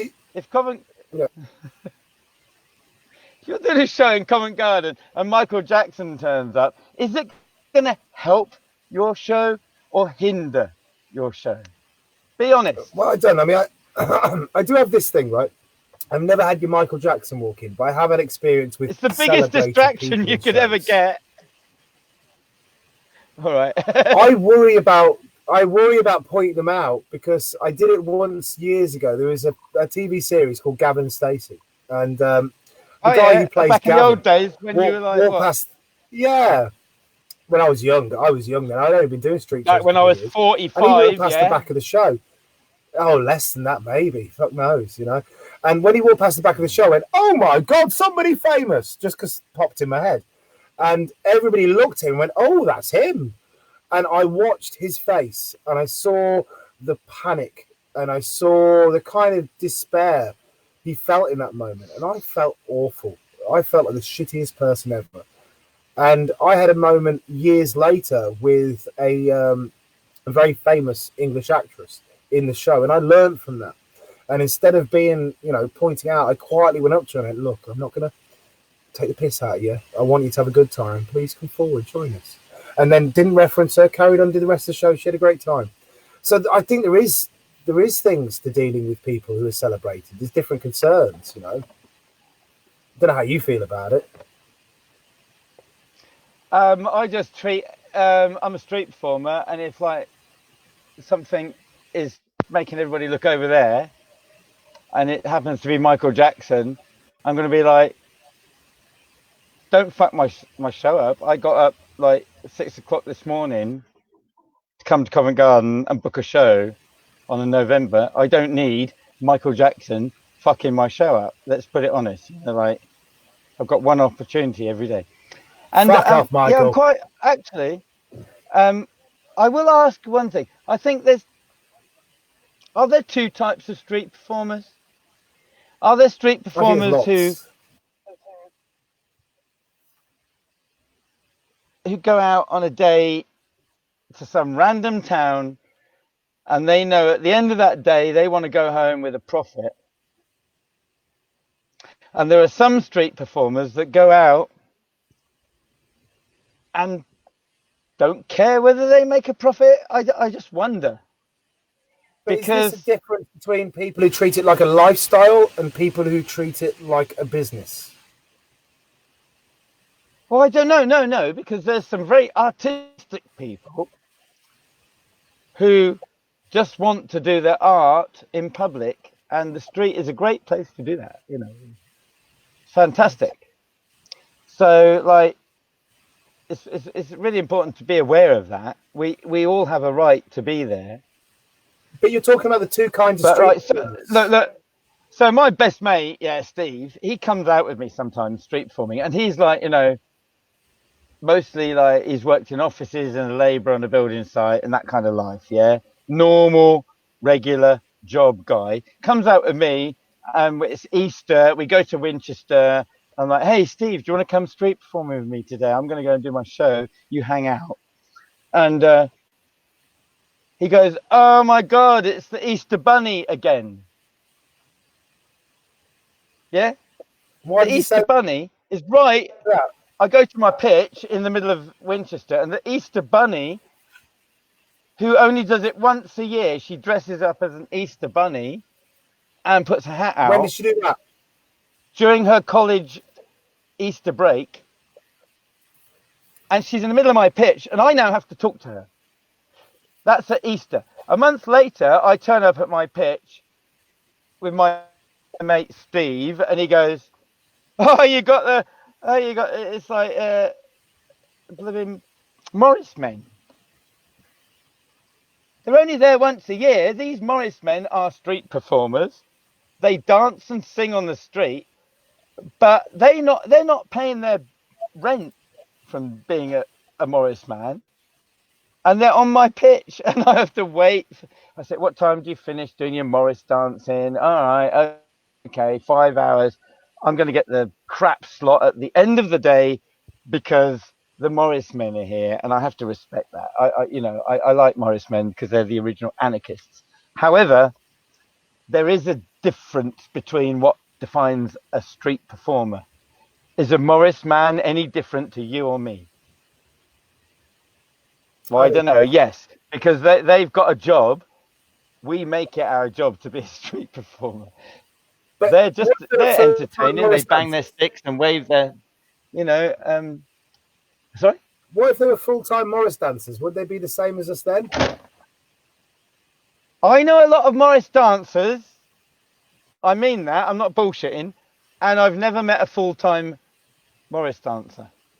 Fair. Because it's not the best income as a street performer, to be honest.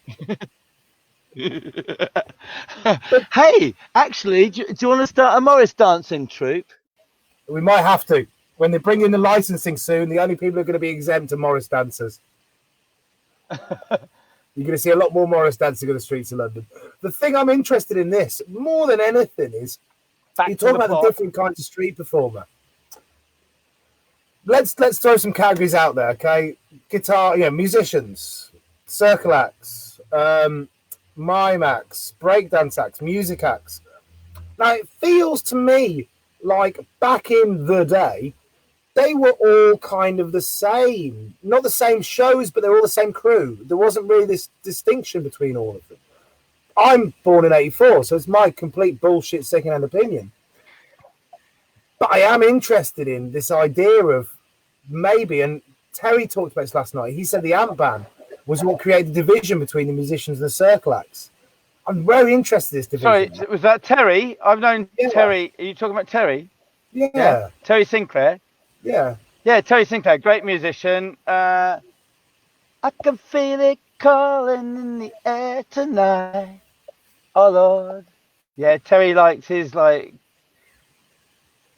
Anyway, so Terry did his show on the street, sold cassette tapes, and brilliant. Works the crowd, great musician, a lovely singer. Yeah. Absolute maximum respect go out to Terry. But what about the thing he said? What about what he said about the amps creating a division, the Amp Band creating a division between the performers and the musicians? He said they used to be quite integrated and then they weren't. I wouldn't say that. I would say this, that there was I think the musicians and street performers, you've got to realise, are you talking about Covent Garden or everywhere else in the world? I'm talking about kind of London from my own perspective, but I'd be more than happy to hear about the differences. At the same time, whenever they banned amps in Covent Garden, if you got on a train and went up to Newcastle for 5 hours on a train, you could, I'm not joking, set up a Marshall 12 4x8 cab, this is like Jimi Hendrix would play through, and plug your guitar in and play a guitar solo through a massive guitar amp on the street in Newcastle, and nobody will stop you.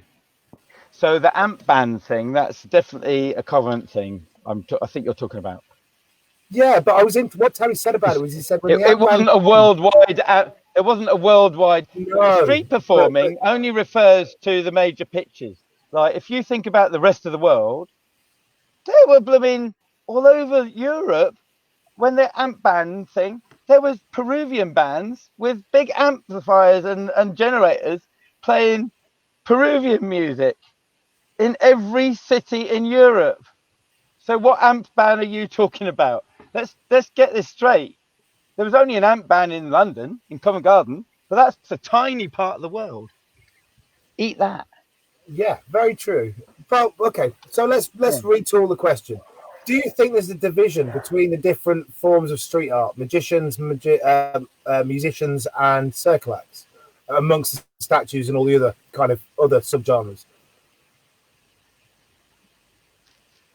That's interesting. I think that whoever finds the street just wants to go out there and do a thing with a hat on the floor. And if their thing is to be a statue, then they've got to find the right place to be a statue. And if their thing is to shout a lot, like you and me, and make some jokes and juggle some stuff maybe, or do some tricks or whatever, then we have to find our space. Every city has a space. Here's an interesting one. I come from Andover in Hampshire, and even when I'd been street performing for at least 10 years, my mum said to me when I came to visit, probably a week before Glastonbury Festival, I come back to England, and oh, Gareth, it's the Andover Carnival, and I asked the local council if you could do a street show on the high street before the carnival comes. So I went, oh, bless her. So I dressed up as the mighty Gareth and spiked my hair up, and I went downtown, my costume and my trolley, and I looked around. I went, oh, this is shit. I'm going to go home. And I didn't do a street show because it just felt like rubbish, And this is the same mum that said to me for about 10 years, Gareth, you should really go to the Winchester Hat Fair. And I was like, why would I want to go to a fair that's about hats and things? I pictured all these people at Ascot wearing their hats. I didn't realise that hat fair meant street performers hat fair. Anyway, so my mum is a master of this, but I did eventually get booked for the hat fair. But yeah. So I've got one question I want to ask coming up. Street performing to me is just you got a way to make some money. Yeah, you go out to the street, you do a show, you get some money, you go home, you pay the bill, you go to the shop, you buy some food, and not every street performer has done that. Some of them are more organized than me. I have problems with writing and filling forms and keeping a diary and things like that. So I literally do a street show. And I've done some amazing street shows, you know. Yeah. Oh my God. Do you see yourself as I don't mind saying this. One of my second year in Edinburgh, yeah. 31 years ago, Nicholas got on an aeroplane to fly up for one day, which was called he might have stayed longer, but the day he flew out for was called Fringe Sunday, where we all went to the park and did as many street shows as we could do. And I don't mind saying how much money he made. I think he told me that day he made about £360. And I said, how many shows did you do? And he said 3. That was a lot of money back then. And I had done 7 shows and I made £63. That was what's that? Yeah, it's only a few pounds per show, yeah? Yeah. And I'd done 7 on my first year. And I just one day, I hope I can make £360 in one day doing my show. So I think my whole life I've just had bills to pay and I've done street shows to pay them. Yeah. It's interesting what makes a good street show though. Very much so. That's really interesting because one of the most important thing is to have someone watching you do your street show. It doesn't matter how funny you are, how good you are. You need someone watching. Yeah. We've all seen those shows where people juggle 9 balls and get nobody. Yeah, but if you can do that in front of a big crowd, well, you've got to get the big crowd. You've got to get that big crowd. You know, some people are blessed with the skill to do that, and they're not blessed with the skill to hold people. So before people like Dr. Stewart had a big sound system, yes, Terry Sinclair already had a really decent speaker he used to sit on and put his keyboard down on his lap and play with. Then with his keyboard and play a nice guitar song. And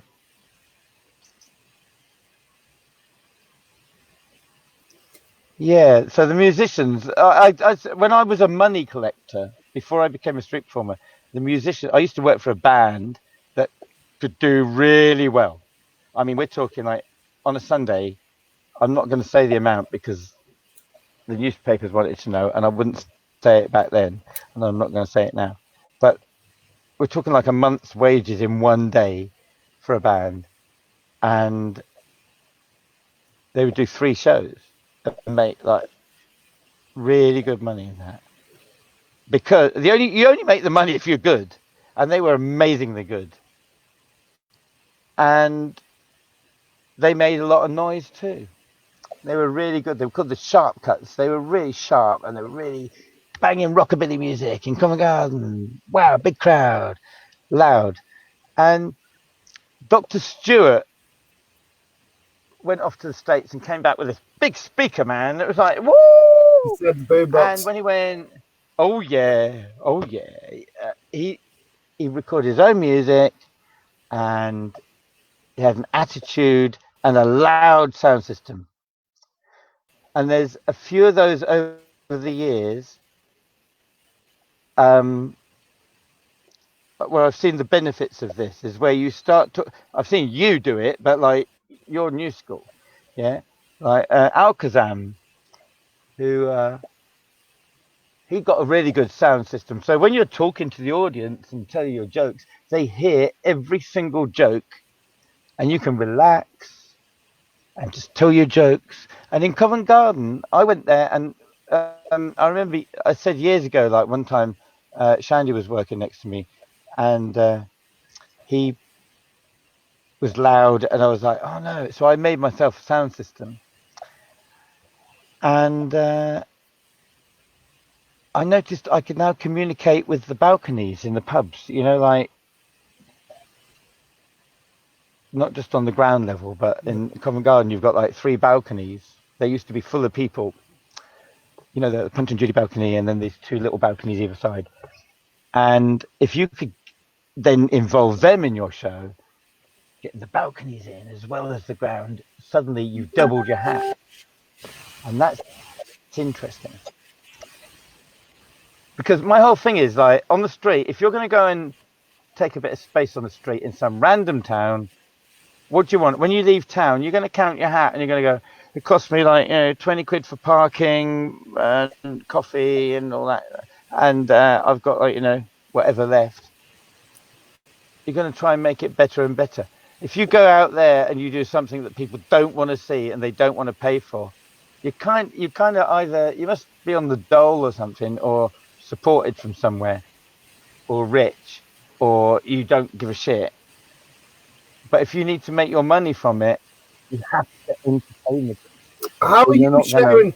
How are you with sharing people? When you're on these pitches, you talk about having to make the money. So you've gone to a provincial town, or you're in your local town, and you're working a pitch. Do you queue up with other people? Do you share with other people? Do you say, come back when I'm done? How do you work out sharing with people? Okay, I can answer that, but I will say, first of all, there are not very many street performers in the world that do what we do. We are a rare commodity. So if you come across, in my whole life of 32 years traveling the world, I very rarely, it's absolutely rare that I ever meet another street performer apart from in Edinburgh or Covent Garden. Okay. Really rare. And I suppose when you say that, one of the interesting things I thought about as you said that was So I can't answer that question. Yeah, I mean, I've done you gave a good answer. The most remote places. We don't exist. We are a rarity. But it doesn't seem like to me, because I'm surrounded by street performers. No. Go to Swindon. You said that. Go to Swindon. You know Swindon? Go to Reading. Go to Swindon. Go to Oxford. Go to Cambridge. You'll meet a couple in Cambridge, maybe. Go to Winchester. You won't meet any. Winchester. There's a hat fair every year where, over the years, thousands of street performers have been. There's never a street. I'm the only one who works Winchester. Edinburgh, there's like 3 or 4 people. Most of the year, most days of the week, there's nobody in Edinburgh on the street. On the weekend, handful of people. Not anymore. That's like you got queues in Edinburgh. No, I was there last year. I was there last winter. Yeah. I can tell you how many street performers work Edinburgh because I've lived there the past few years. 0. Practically, I could go there on a Tuesday. Nobody there. I might go on there Wednesday and then Matt turns up, or a Thursday, and yeah, like really, the regulars, really. I'm talking literally. Or yeah, really rare. On the weekend, during the week, really super rare. Even in Covent Garden, I'd say there's are there performers every day. If by some chance you do find people in a place you're working, how do you deal with that situation? In my experience, and I've worked all over Europe and stuff, it's really easy because usually they're a musician and they want to work a few hours. And as a street performer, I can say, look, I just want to do like a 35-minute show, bang it out, get in and out like that, do my thing, give it a break, and maybe I want to do a second show. Most of the time, by saying that, it's been okay. Fair enough. Yeah, so just simply, you just chat with people, just make a good deal with them, sort out, say, I'm here for this long. Yeah.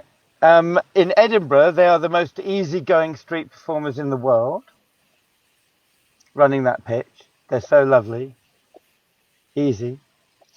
And in London, you're going to get a bit of a queue and a bit of like a bunch of wankers. Mixture. There's some lovely human beings in London. There's some wankers. I think it's very different. I'm just saying it's going to be more complicated because there's joke. There's more people in London, basically. Okay, even if you go to somewhere like Bath, there's only like a handful of street performers at the most. We are rare. My advice to any young street performers is don't go to London. Go to random towns and become an amazing street performer. Well, maybe visit London, but don't stay there. No, not for more than a week or two. But yeah, my mate Kwabana Lindsay, he knows. The words he Lindsay probably wouldn't want me sharing the world. The wind blows us in and the wind blows us out. Very nice words, Cabana. So we've got 20 minutes left. 3 hours, I'm going to tie up because I've got to do some other things. Okay, cool. What you like. That's great. 20 minutes. Is there some things you want to say? Things you want to say you haven't said yet?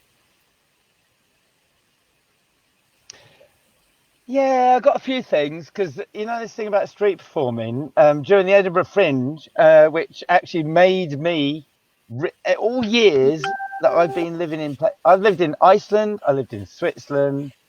In the wintertime, I go snowboarding, hang out with my kids, do my parenting thing in Switzerland, and in Iceland. That was crazy as hell. I've worked shows in every single place, but every year I gauge myself in Edinburgh at the Fringe, and I want to bring the best show I possibly can to the Fringe every year. And some years I felt that all my mates had been off street performing and I'd been stuck in Iceland, and I come back every Edinburgh and I've got like a week to get it together and then 2 weeks to fucking land it. And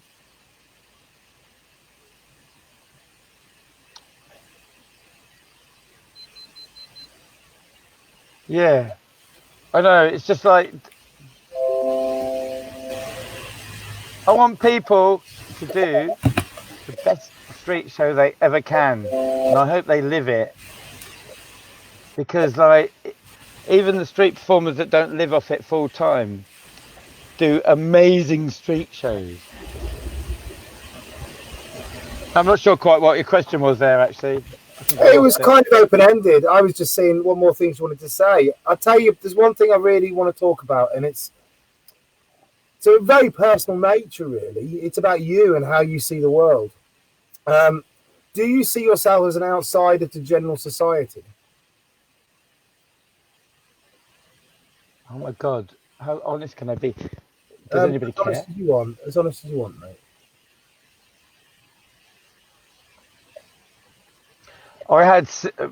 Personally, I'm an anarchist, and I didn't know that until I my red spiky hair when I normally look like a punk with no beard. Yeah. And I realised that, oh my goodness, I'm really punk. I am a total anarchist. Street performing is anarchy. We can go.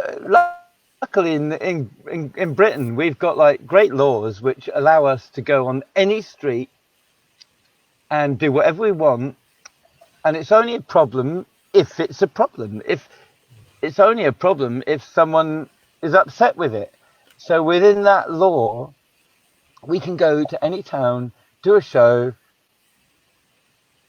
give people a good time. I hope the aim is to give people a good time, because that's the main thing. People, do you know what? Like, it took me years. I mentioned John Feely earlier, how I was like, how can this guy be so funny? He was just spontaneously funny. And if you do this stuff for long enough, you start to spot what's funny and you become funny, and you just learn it. And that is just one of the nicest things that we've got. Back when I was about 20 years old, I remember being in my squat in London, and I thought about this earlier, actually. My hero of the street was Nick Nicholas, because like this guy could juggle well enough, he could do like, and he could like charm a crowd, and his magic, really good magic. I love magic. Yeah, Nick helped me out a bit. He probably helped me out more than he ever even imagined, you know. But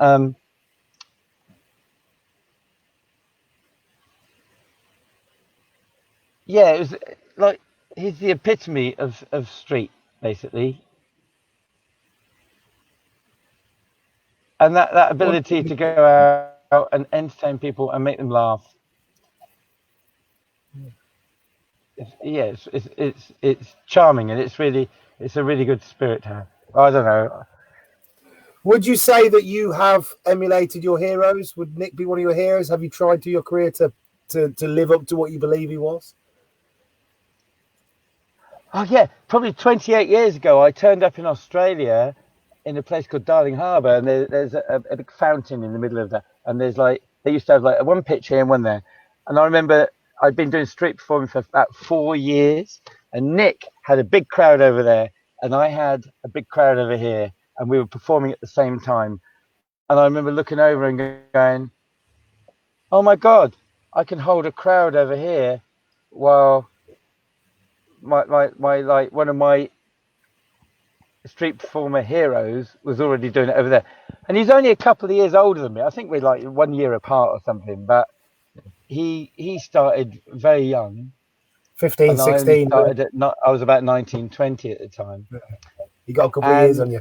To me, just to be able to hold a crowd in the same square as an amazing street performer like that, I felt, yeah, I made it.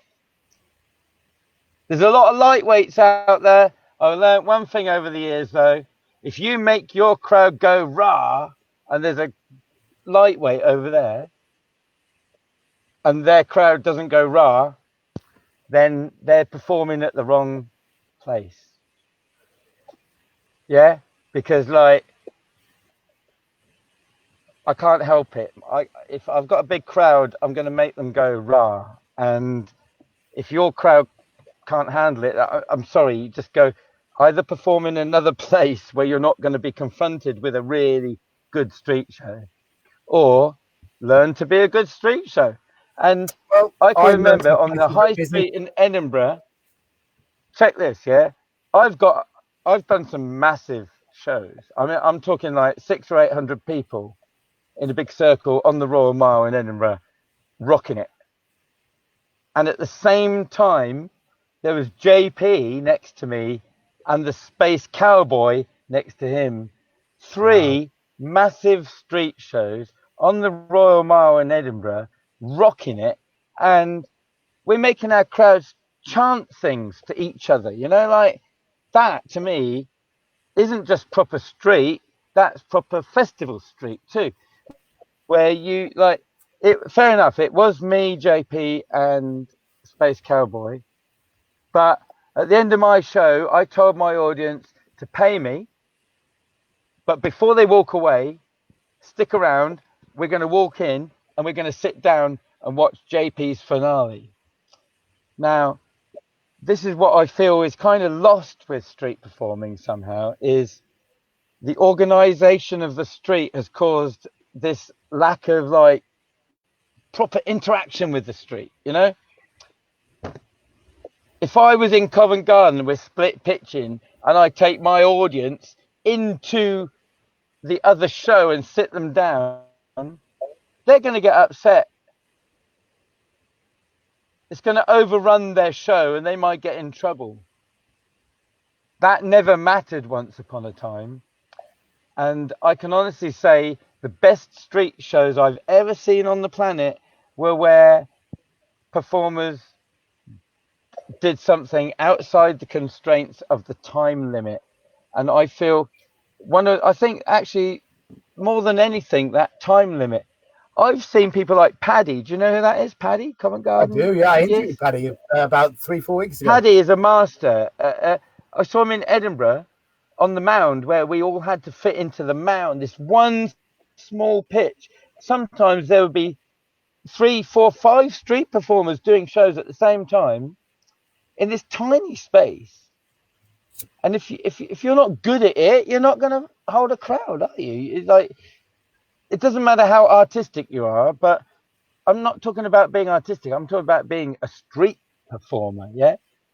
And I used to always go on when Pepe was on, because he was the most difficult. And he was a difficult person to go against.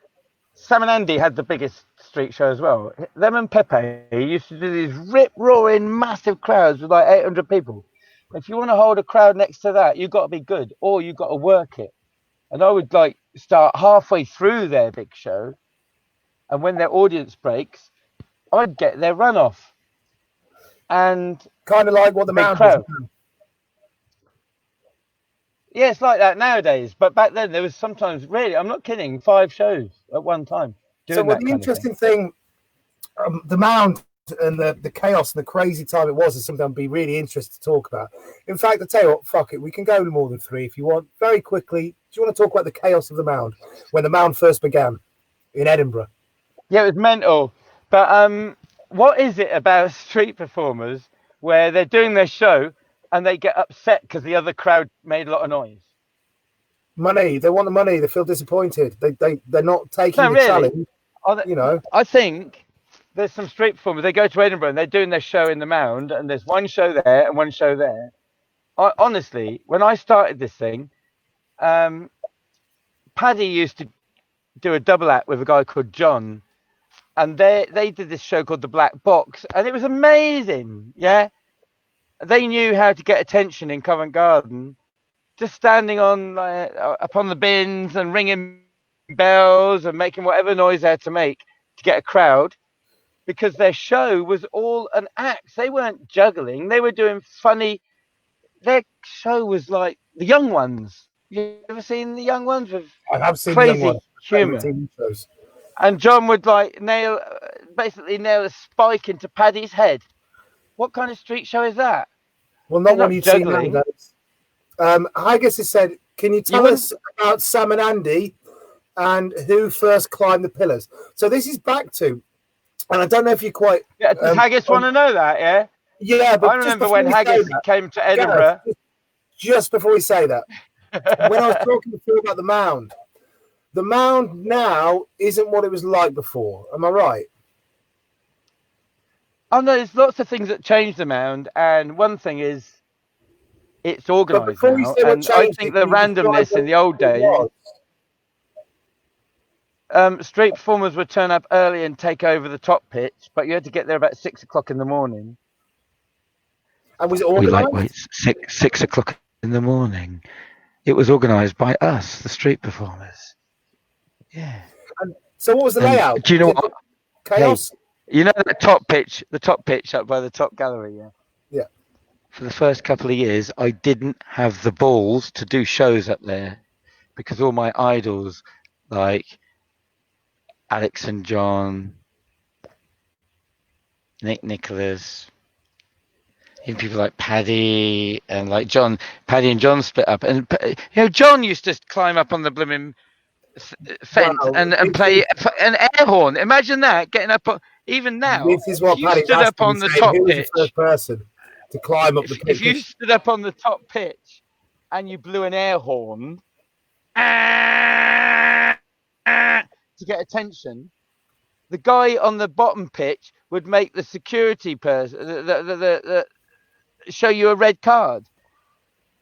Really? So, like, my street performing thing is crack a whip, bang, bang, bang, bang, bang, get some audience. Nicholas used to climb up on the light post and go, "Hey, everybody, come and look at me! I'm going to do a show!" Was it? And it was mental. Was it Sam and Andy used to climb up the pillars? So I've seen pictures of people, because just in case anyone doesn't know, so the pitch we're talking about, there's a gallery behind it, and it has huge Romanesque columns going all the way up. They're must be 50 about feet. 50 foot. Yeah, they're really high up. Yeah. And I've seen pictures of people back in the day, the crazy days of the Mound, people up the top of these pillars. Yeah, but there's only two. There's only two people that did that. Who was the first? Yeah. I mean, I did it just for fun, but never in a show. I will say this. I've climbed the pillars for fun, but not in a show. But Sam and Andy of Sam and Andy did the splits up there, and so did Rex Boyd. And I think that was probably in my second year in Edinburgh that I saw that. I'm not sure. That's about like 1988 or something like that. And Haggis came up with a double act as well, actually, and he was juggling. And I know Haggis because of Rex Boyd, actually. I think Rex is the first person to mention Haggis's name to me. But yeah, and Rex did it every show as well. So I think Andy did it first, but that's my own opinion. but I wouldn't be held down to that. But it was about 1988, something like that. I don't know, around then. I'm not the best person with. Can we still do it, haggis? No, you can't still do it anymore because now what's happened is iron fencing has been put around the back of the pitch and the security monitor it. Unfortunately, on that note, the fencing. Back then, people used to sit on the banks where the fencing was. Sorry. Yeah. Do you prefer it now, where it's organised? There's 2 pitches and there's monitors on there. Do you prefer it before? If they want to organise it this much, could they put a sound system on every pitch with a really good microphone? If they want to organise it, let's make it sound good. Other people, and I got to tell you, last year I didn't book one show on the mound. I don't go there. No, I don't go there, and I used to love that pitch, but I mean, I used to do shows between people like Pepe and Sam and Andy and noisy Peruvian bands. I'd do a close-up magic show and push it out when the crowd got too big, like get a small crowd and push them out when they got too big. I learned from Gazzo, don't push them out, you start forward and you move back, and as the crowd get bigger, you move back. Did you enjoy the chaos of that place? The mound back in the day. Did you enjoy the fact that all the performers were there? Yeah, because I looked into everything to be a winner. I based my whole show on the jungle in Edinburgh because I made my most money in my hat from the jungle in Edinburgh. I didn't make it on the big pitch. Do you think it made you a strong performer? Definitely. Because it was hard. I wouldn't use the word hard, but it's definitely a challenge. And I didn't have the balls. To go up on the top pitch where the other street performers were queuing. Yeah. And it was a challenge because there was so many other performers going on at the same time, close to you. Yeah? Yeah, and I loved that challenge though. Yeah, I did too. I learned on South Bank. And the South Bank you have, 2 or 3 shows in a row. And you have to be fucking tight because if you're not tight, they just leave because there's other things happening. Oh, here's an interesting thing. Because of this interview, I thought about a few things, and I thought about how has the media changed the way the audiences react to us. So, interesting. When I first started street performing, I even went to Iceland where I could spend an hour building a crowd because Iceland only had 100,000 tourists per year. Now they have 1 million tourists per year. Wow. But anyway, in the beginning, to see a street performer in Reykjavik was really rare. So every single person walking past on a sunny day would go, oh, look, something's happening. And if I said to them, hey, sit down there, go and get an ice cream, come back, go and buy a hot dog from come back, I'm going to do a show, everybody would come back.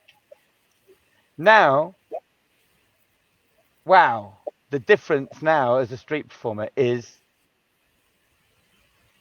you really need their attention. In the beginning, I didn't juggle chainsaws. I just stood there saying, hey, I'm going to do something cool over here.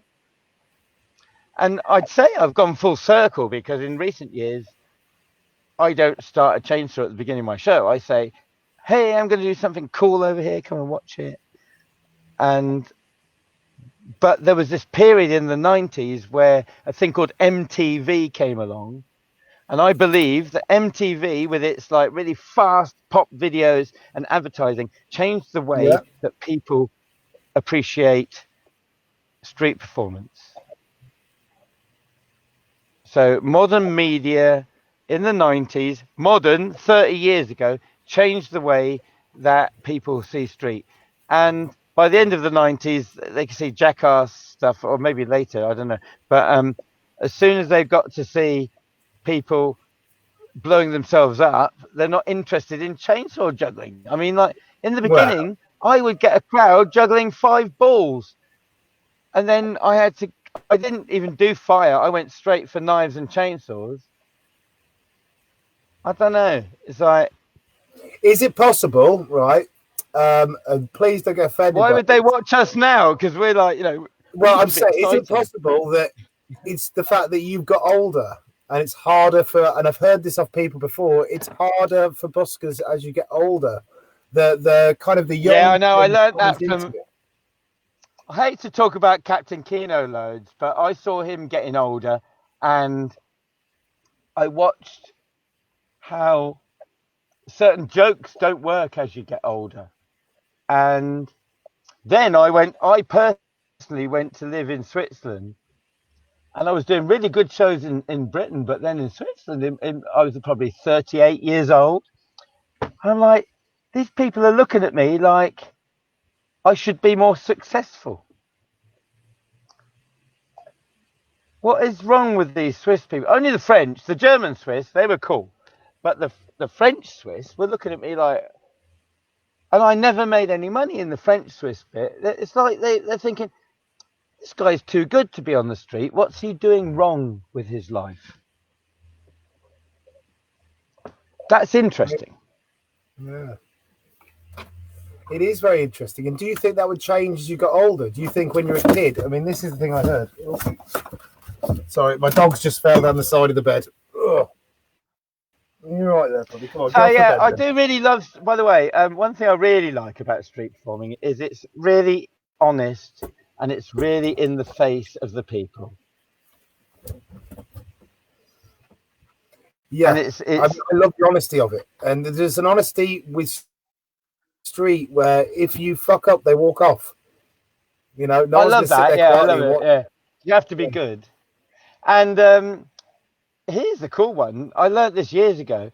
I did shows in Indonesia, and the people had no money, but I wanted something, so they fed me.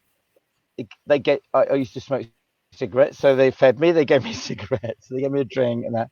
And but they were poor people. And I deliberately went out every day with no money in my pocket because I didn't have much money anyway. But I had a video camera and I was really paranoid. I wanted to film things back in 1992 or something. And I just wanted to see what I could do. And I remember that I was in a volcano place, a crater, where all these people live. And I picked up some lava and juggled it. And I juggled 5 lumps of lava. You juggled 5. Hang on a minute here. You juggled 5 lumps of molten lava. No, it wasn't molten, you stupid idiot. It was. I think the volcano erupted in 1967, and it was about 1990 something. So, just before we go, I'll tell you, lava is really light. So yeah, I juggled some lava. Just very quickly, there's a chap who's watching from Edinburgh called John Booker. Do you know John? Hello, John. Yes. Well, John, believe it or not, he's a friend of mine on Facebook. Well, when I started these interviews, John messaged me and said, please, please, please, can you get the mighty Gareth on? And so he's asked, could you say hello to him? So just very quickly, just for John, just if you could say hello, it'd be great. Yo, John Booker, what's up? Go Booker Hooker. Yeah. Anyway. There you go, John. So just moving through these things, one of the things we talked about a lot is about the street, about working the street, about... Are you right? I don't know why I said jokes. Go Booker Hooker. But anyway. No, I deny that, but I'm sure he appreciated it. Bring me back to the street because there's some interesting stuff. Definitely. So we're talking about the street. We're talking about development street. We're talking about the mound. The mound is chaos. It becomes organised.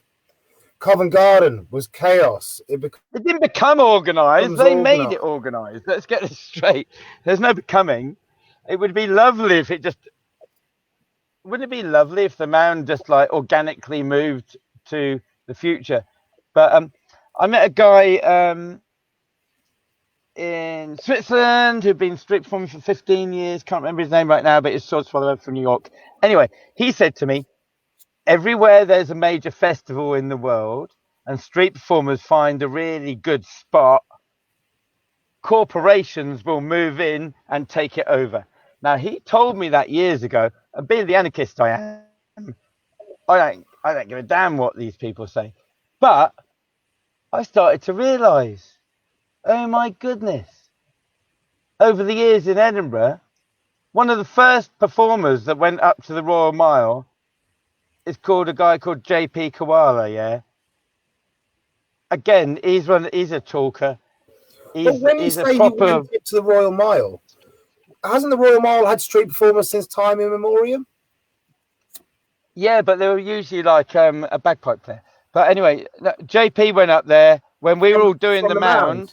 He was an adventurer.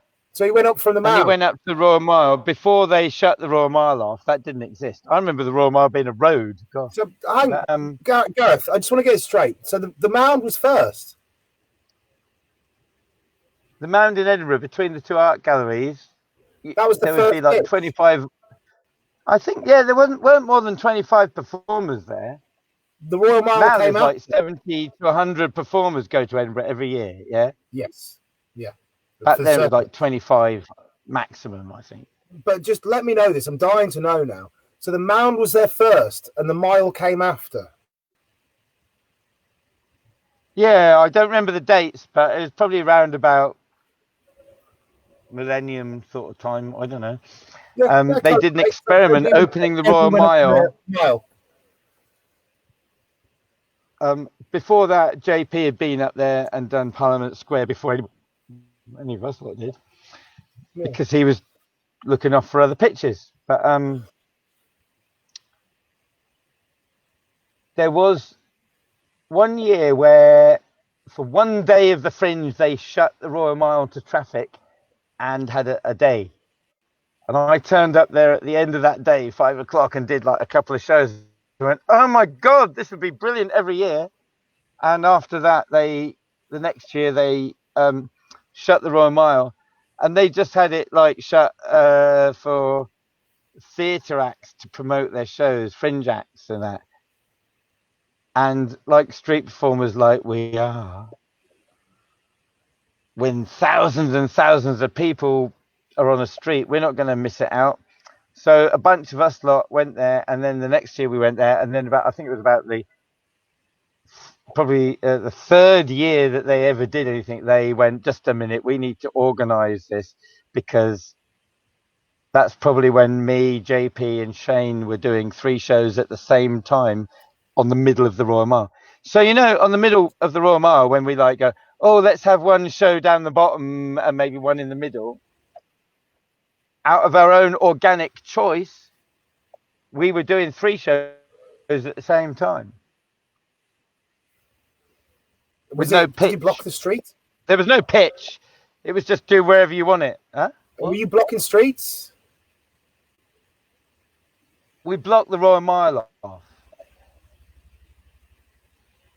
I'm talking about me, and 50 metres up, there's JP, and 50 metres up, there's Space Cowboy.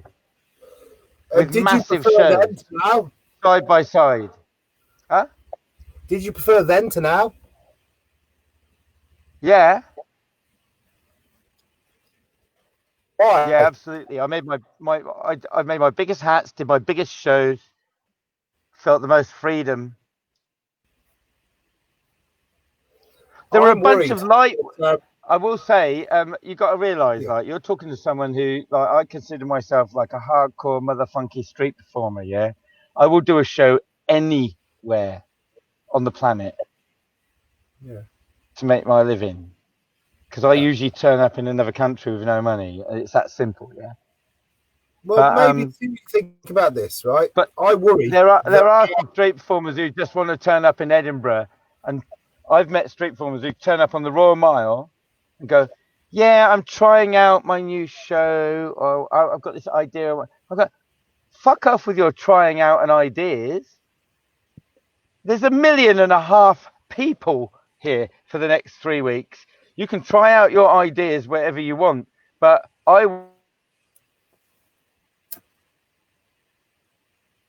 Great time to pause. That is possibly the most amusing paused image I've had yet.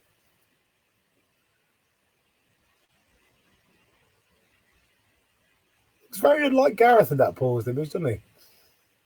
I wonder if he's going to come back. I have this thing I've done now, right? And I'm just going to talk while we see what's going to happen here. And so the quandary I have is that Rumpole did a 6-hour interview, 4 hours broadcast. Silver did a 4-hour interview. Great interviews. Gareth, I suspect by the end of this, he's gone again. I'll get him back. Gareth, by the end of this, I suspect will do 4 hours. And you've all been watching for 4 hours. I don't know what the right thing to do is. I don't know if it's right to have 2 hours set continuously and just have it at 2 hours, or to happily let people whine on for as long as they want. I mean, I don't know how you guys feel about that. Sitting there, I'm sitting right on the edge of my bed right now. Hey, mate, you coming back? Hey, mate, you coming back?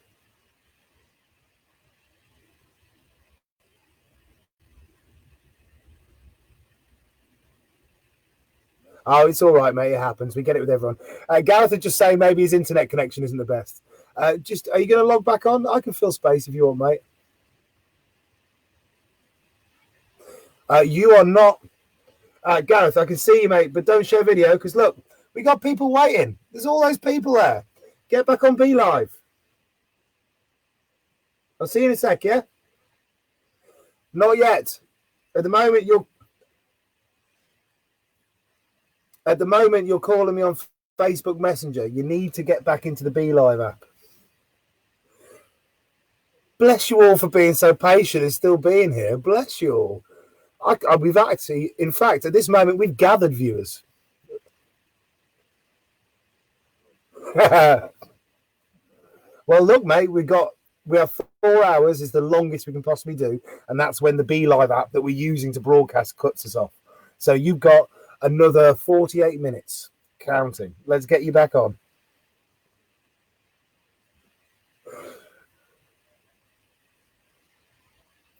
Your laptop switched off. Is it our battery? Well, you try and turn it off. The issue I've got here, Gareth, is if I'm talking to you on the phone, I'm not talking to them, and they're watching. So we've got two options. If I put the phone down, I can entertain them, and then you can sort your shit out, or I can keep talking to you, and then we kind of get half and half.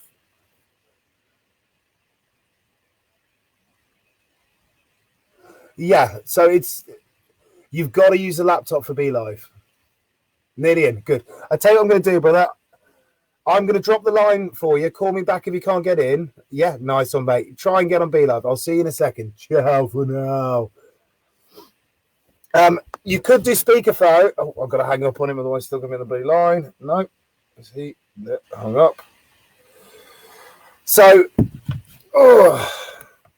speakerphone, yeah, Thomas, we've done this. We had Brian on. I had Guy Collins on, in fact. So if you look back to the early days of the Whining On, all those precious young moments I had 2 months ago when we began quarantine, I interviewed Guy Collins. And when I interviewed Guy Collins, we talked about something we've talked about a lot during the show, which is hack. If you don't know what hack is, which I was surprised to find out, I thought everybody knew what hack was. It's a word which is completely pervasive in the community now.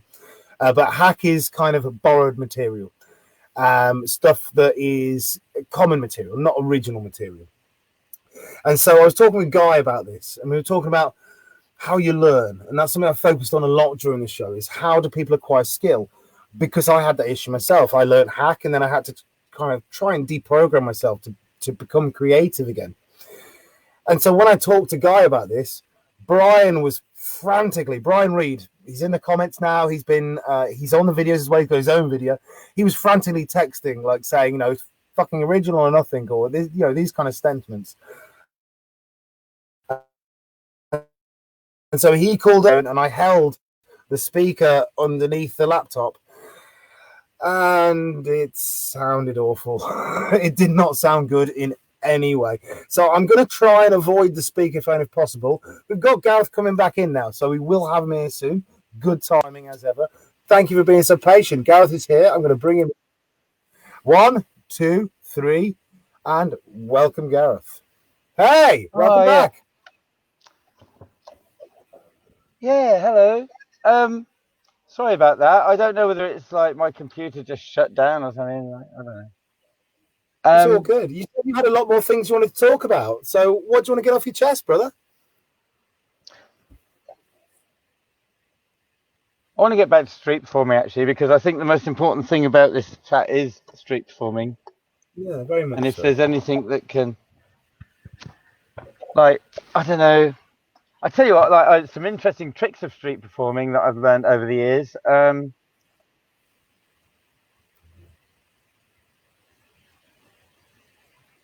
Using your space. There's a guy called Melvin. He spins on his head in Covent Garden. I'm sure he still does.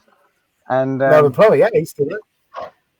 He's been doing that since I know him. And 1992. I got the power. Melvin spinning on his head. I got the power. You know that tune? Anyway, yeah. So, yeah, that's early memories. Well done, Melvin. So what do you think? Just talking about Melvin. But he would like work a crowd and get a good square. There's a few things I learned over the years, which is get a big crowd, pull them into a square. Melvin would do it, Pepe would do it, and make this good, like, you know, when you make a really good audience around you. You get a big crowd out there and pull them in. And I saw people like Alakazam, who's done some of the biggest street shows fucking on the planet, man. Like that. Yeah, that man's like out there. And get a big crowd out there, working with something you can do from a distance, and then pull them in tight and bang them out a good street show. Well, this is something I'd like to talk to you about Melvin, right? So Melvin is someone who I sense doesn't enjoy doing shows anymore, or doesn't enjoy it as much as he used to. You know, he's become adversarial with his audience, and it becomes sincere. Yeah, he's been like that since 1992. Miserable I'll get, but anyway, whatever. But what I'm trying to get at there was, what do you think is the secret to not becoming jaded? Because street performing's hard. When you have crowds walk away, you don't get paid. When something happens, the show fucks up. You've spent a couple of weeks and the shows are hard. How do you avoid? Actually, I'm so glad you said that, because I got to say one thing. After 32 years, I absolutely love every single show I ever do, and I love it with a passion. I said to one of my young mates in Edinburgh a couple of years ago, like one of the 20-year-old street performers from, yeah. Anyway, I said to one of my young mates in Edinburgh, walking up the street, what's your favourite part of your street show? And before listening to the answer, I said, because I love every bit of my show, because I got these little bits where I do this and this and this, and I love it, yeah. And that was about 3 years ago, yeah. After I've been doing it for nearly 30 years, I love every bit of my street show with a passion. Is there a secret to that? And, is there a secret to? And he was like 20. He's like 20 something, and he said to me, "I hate my street show." Oh. And he's a really good performer, and he's really good at his skills and everything, and he's a massive performer. You know him, but I'm not going to say his name. But I just thought, what? You hate your street show? And yeah, I get what he's saying, but I have bits of my show which annoy me, which I want to make better, and that really, I do hate bits of my show. I hate the tennis racket with the passion, which has been my finale for most of my life. The thing I keep asking, Gareth, is there a secret to your overfilling cup of joy with street performance? What's the secret? Why are you still so happy about it? Why are you so excited about it still? Why not? Crikey, I've like spent years learning this really enjoyable thing. I mean, like, but others become bitter and unhappy. Some people regret. I mean, to be really honest, if you like my personal life, I think it's my savior, because I don't know. When I was a teenager, they used to drive nuclear missiles past my hometown. Yeah, real nuclear missiles. Yeah, Is they that would to drive them past, like literally 200 meters from my mother's house. They would drive them down to Salisbury Plain to point in the direction of Saddam Hussein. Yeah, Iraq, Gulf War, or whatever. But anyway, like.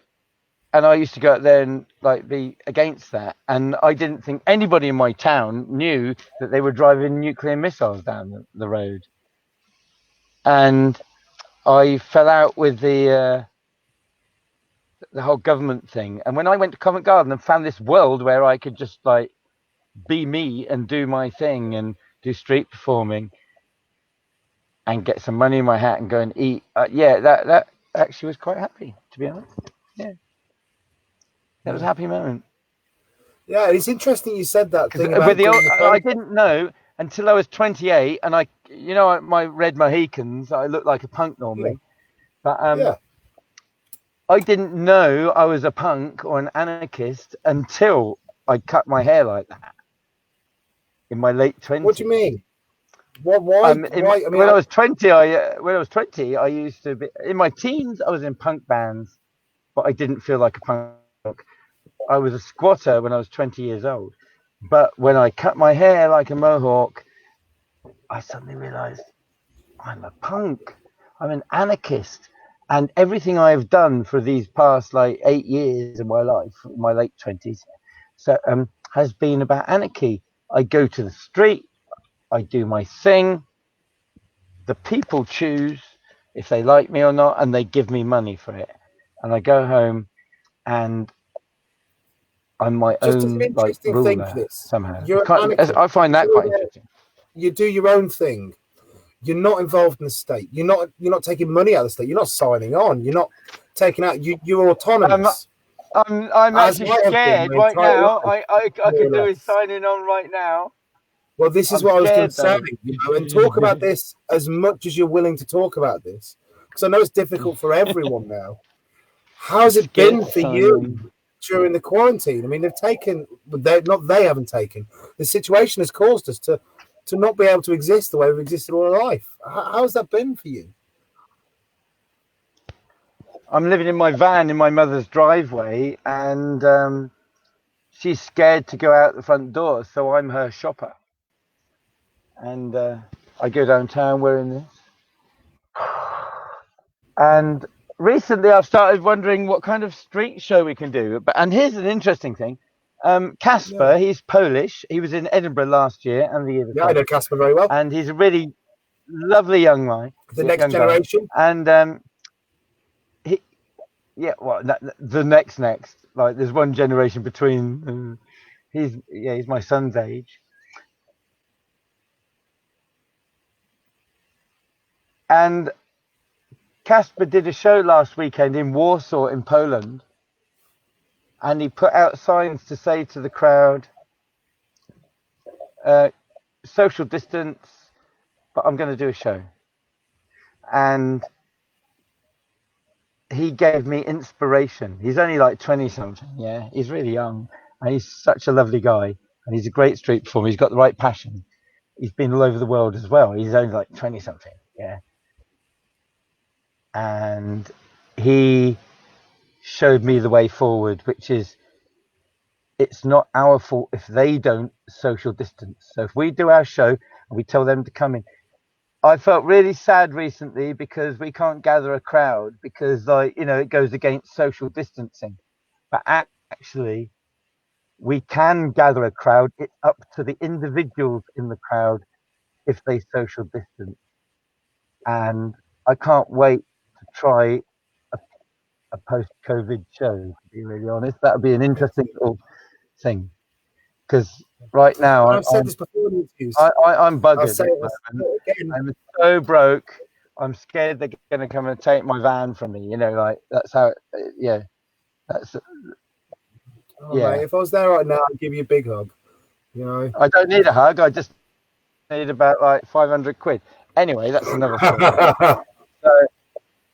So, I was thinking of offering gardening skills to people up and down my street. Actually, I'm a good gardener.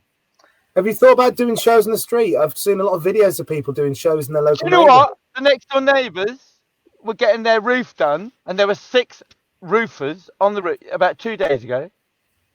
And I said, and they were like sliding the tiles down the roof, and it was like a juggling routine. I was like, "Hey, do you mind if I film you doing your tile trick? That's great." And they were like, "I don't know." I said, "It's okay. I do juggling tricks like that too." And I juggled my chainsaw in my mum's back garden to show the roofers who were replacing next door's roof what I do. And I said, "Hey, I also swallow swords. Do you want to see me do it?" And they were like, "Yeah." I said, "Well, get your money out. I'll be back in a minute." And I swallowed my sword, and there were 6 guys on the roof. One of them gave me the change from his pocket. I got £1 in small change from 6 guys replacing a roof next door for juggling a chainsaw and swallowing a swords. And it tells me that basically that's not a street show. I did wonder about going around my town and knocking on doors and saying, "I'll do a street show in your front garden." Lots of people have done it, lots of people have done it. I think Casper's got the right idea. Get a crowd, tell them to keep their space. If they don't keep apart, it's not your fault. There's one thing that we do, is we can gather a crowd, we can ask them to come forward, but we don't actually control them. We can tell them to give us money, but they don't have to give us money. It's their choice. And I reckon if you do a street show, you have to, if you want to get a crowd, you have to remind them, it's your choice. You want to come and watch my show? I'm going to do a show and I'm going to make you laugh. So I'm going to... By the way, I think that's really important, by the way. I've seen some of the most amazing performers on the street, and there's 2 things. Make them laugh or make them wow. It's that simple. I believe there's a phrase, isn't there?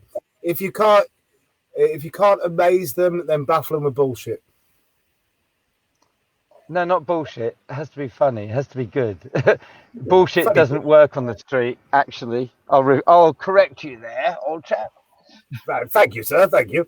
It's amazing how much honesty works really well on the street.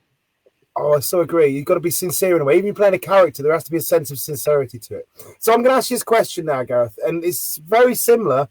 It's been weird, this interview. I've asked a lot of questions that are the same sort of question, but you give such beautiful, different answers every time that I don't feel afraid to do it, whereas I would be with other interviews, which is nice. Variety is a word which is used a lot to describe the golden era that you grew from, that you learnt in. People say that Covent Garden had an immense variety of acts. And now Covent Garden, for one example, although I believe it seems like it's indicative of the world, there isn't the variety that there was. I personally don't like Covent Garden. I avoid it now, even though I learned what I do there. Just because it's in London, so I don't.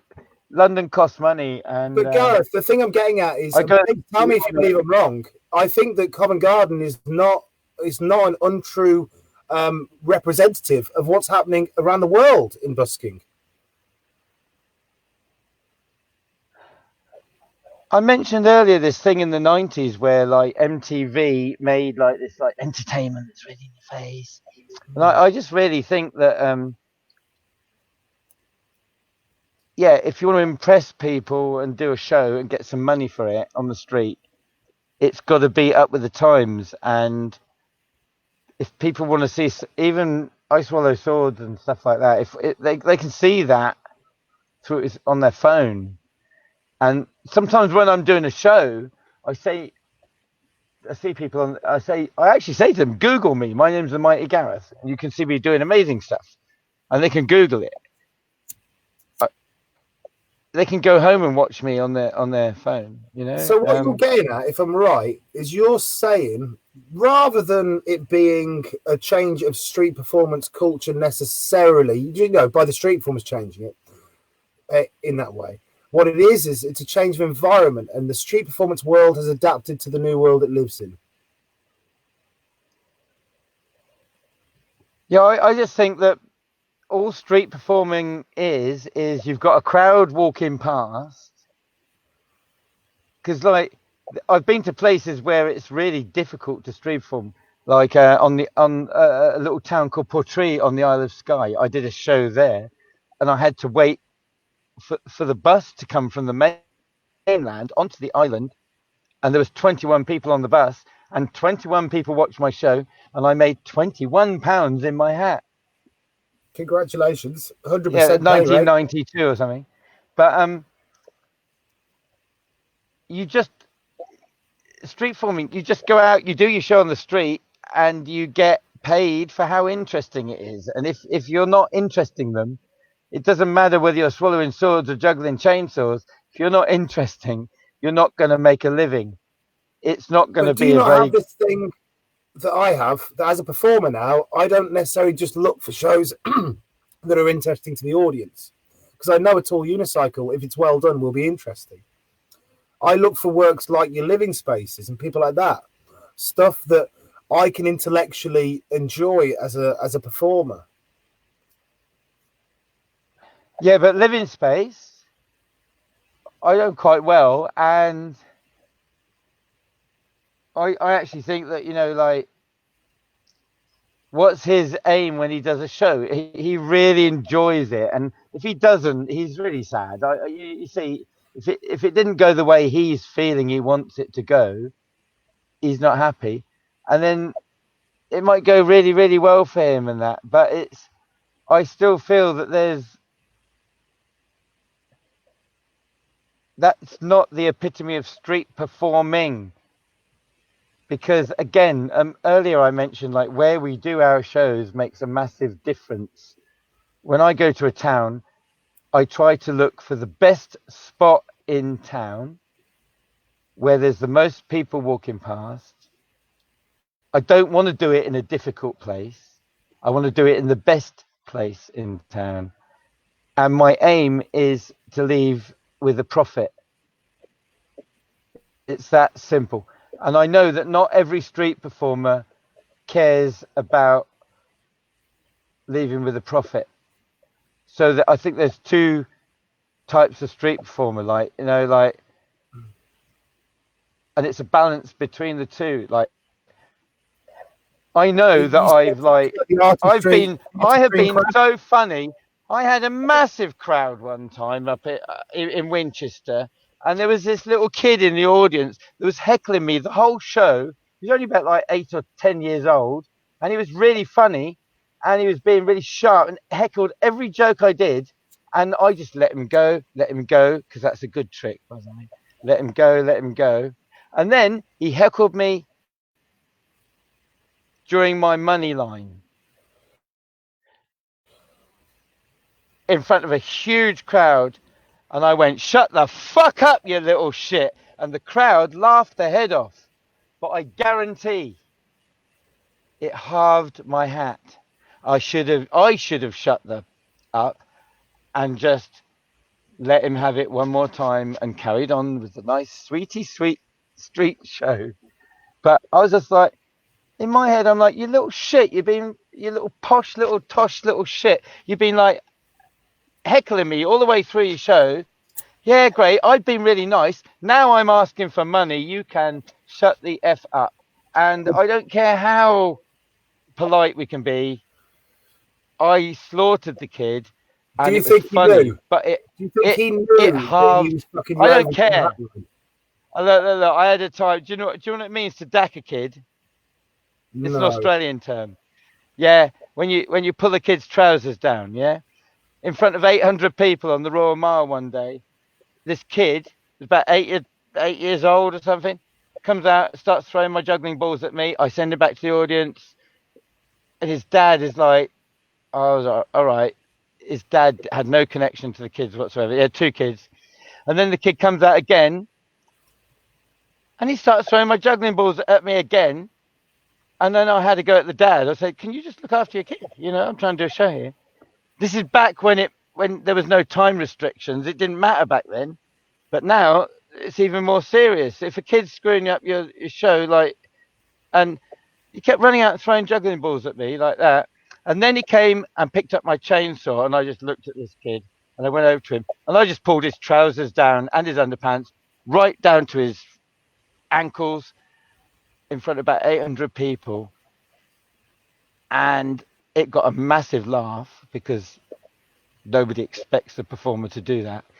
And this little kid, about 8 years old, ran back to his dad and didn't give me any more hassle for the rest of the show.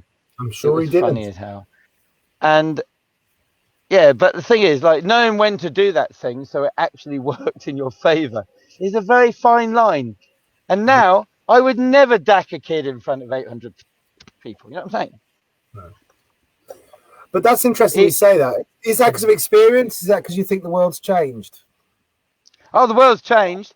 Like, I've seen the most appalling things on the street over the years where I'm like, oh, really? Are you really doing that? And yeah, funny as hell, but you know. Like what? Do you really want to know? Well, if you're happy to say it on broadcast. I've seen performers in Covent Garden lose it and stick it like a French kid in a dustbin. Pick up a kid and throw him in a dustbin. I've seen another. I don't know whether I should mention names here, but like I've seen a performer knock out a perform. Knock out. There's a drunk guy in the audience. I've seen the performer go out and knock them out, so they fall to the floor. Grab them by their legs, drag them down the toilets in Covent Garden, down the steps, walk back up, and get a massive round of applause from the audience. However, on the other hand, I've seen this as well. This wouldn't happen now. On the Mound in Edinburgh, I've seen Nick Nicholas say to the audience, he gathers a crowd and then go, I really need the toilet right now. Can you wait here a minute? Run into the art galleries, have a dump, because he said he had a curry the night before. He told the audience. And then run back out again, and the crowd's still waiting for him to do a show. You can't do that now in Edinburgh. You can't go to the toilet during your show in Edinburgh. Oh, crikey, I've got more stories than that. Some of the things people done. What more stories do you have there? Let's hear some of the stories. Oh, really? I thought you had lots of stories.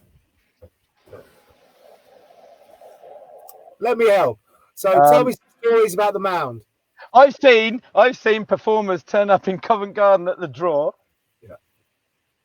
And before the draw in the morning, I mean, this is like, I remember when there wasn't a draw in the morning. But about the point where there were people squatting in Covent Garden and living in vans around Covent Garden, and they do a draw at midnight. Where you gone?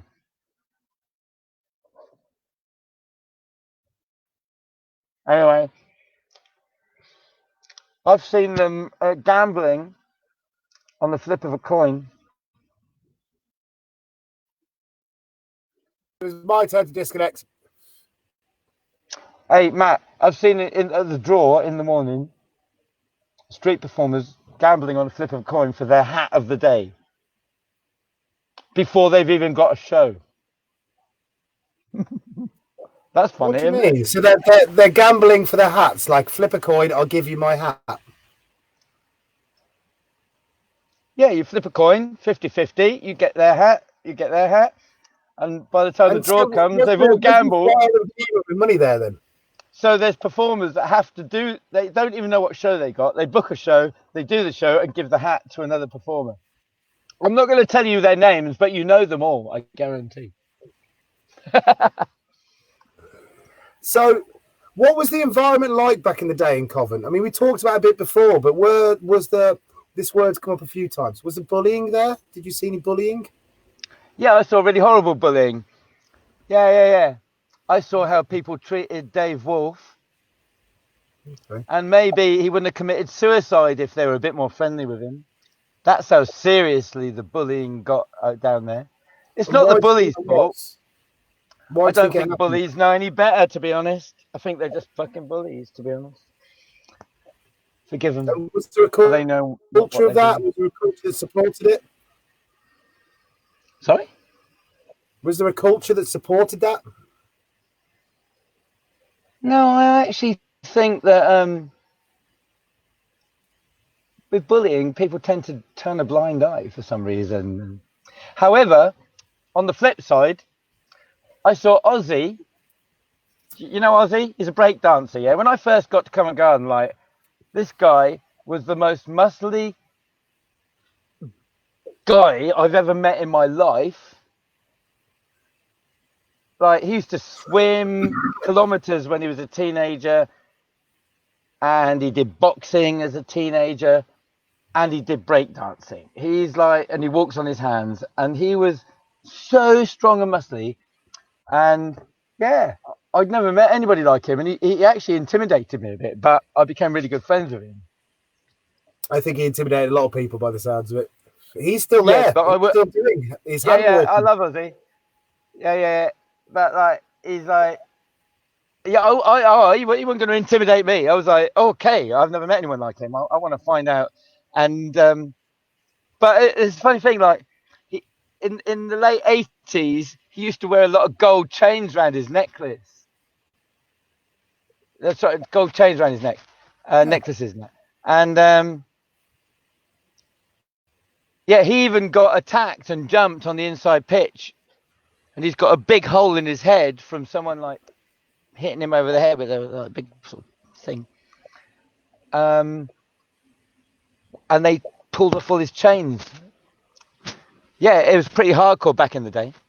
Well, this is on one time, honest truth, man, on the West Piazza, one time there was a whole bunch of football supporters there, and Ozzy's doing his show, and someone shouted out a racial slur because he's a black geezer, Ozzy, and he didn't like that, and he's like, "Look, there's families here," and then the guy just went for him, and he just like hit him, and he went down, and then another guy went for him, all with cans of beers in their hand like that, and he's like. Yeah, he took him out. And then I remember him going, he came off the back of the pitch. He's like, where were you guys? And the street performers, I mean, so you got it, mate. Most street performers are a bunch of wimps because they just like, yeah, Ozzy's got it. He's got it in control, And do you believe there's a thing with street performers that you look after each other? That's what it sounds like, that you believe. Well, they didn't on that day. No, it's like, yeah, go Ozzy. You seem to be going all right, yeah. I mean, not everyone. My opinion of street performers. Here's my opinion. Do you know what? I tell people this. I meet people who normal members of the public, and they go, "So, are you street performers? Like, do you have some kind of society? Are you like a group or something like that?" No, we're all individuals, and in my experience, most of them don't give a flying fuck about anybody else. And that might be harsh, but if Ozzy was getting attacked by a bunch of football supporters, none of the street performers came in to help him. And because I didn't, for years I learned in Covent Garden, and I lived overseas, I just thought, I learned everything I know in Covent Garden, but I'm not part of that somehow. I didn't feel part of some group, but I was there for years. I collected money for street performers and that. But if I had vanished, they wouldn't even notice. Who gives a damn?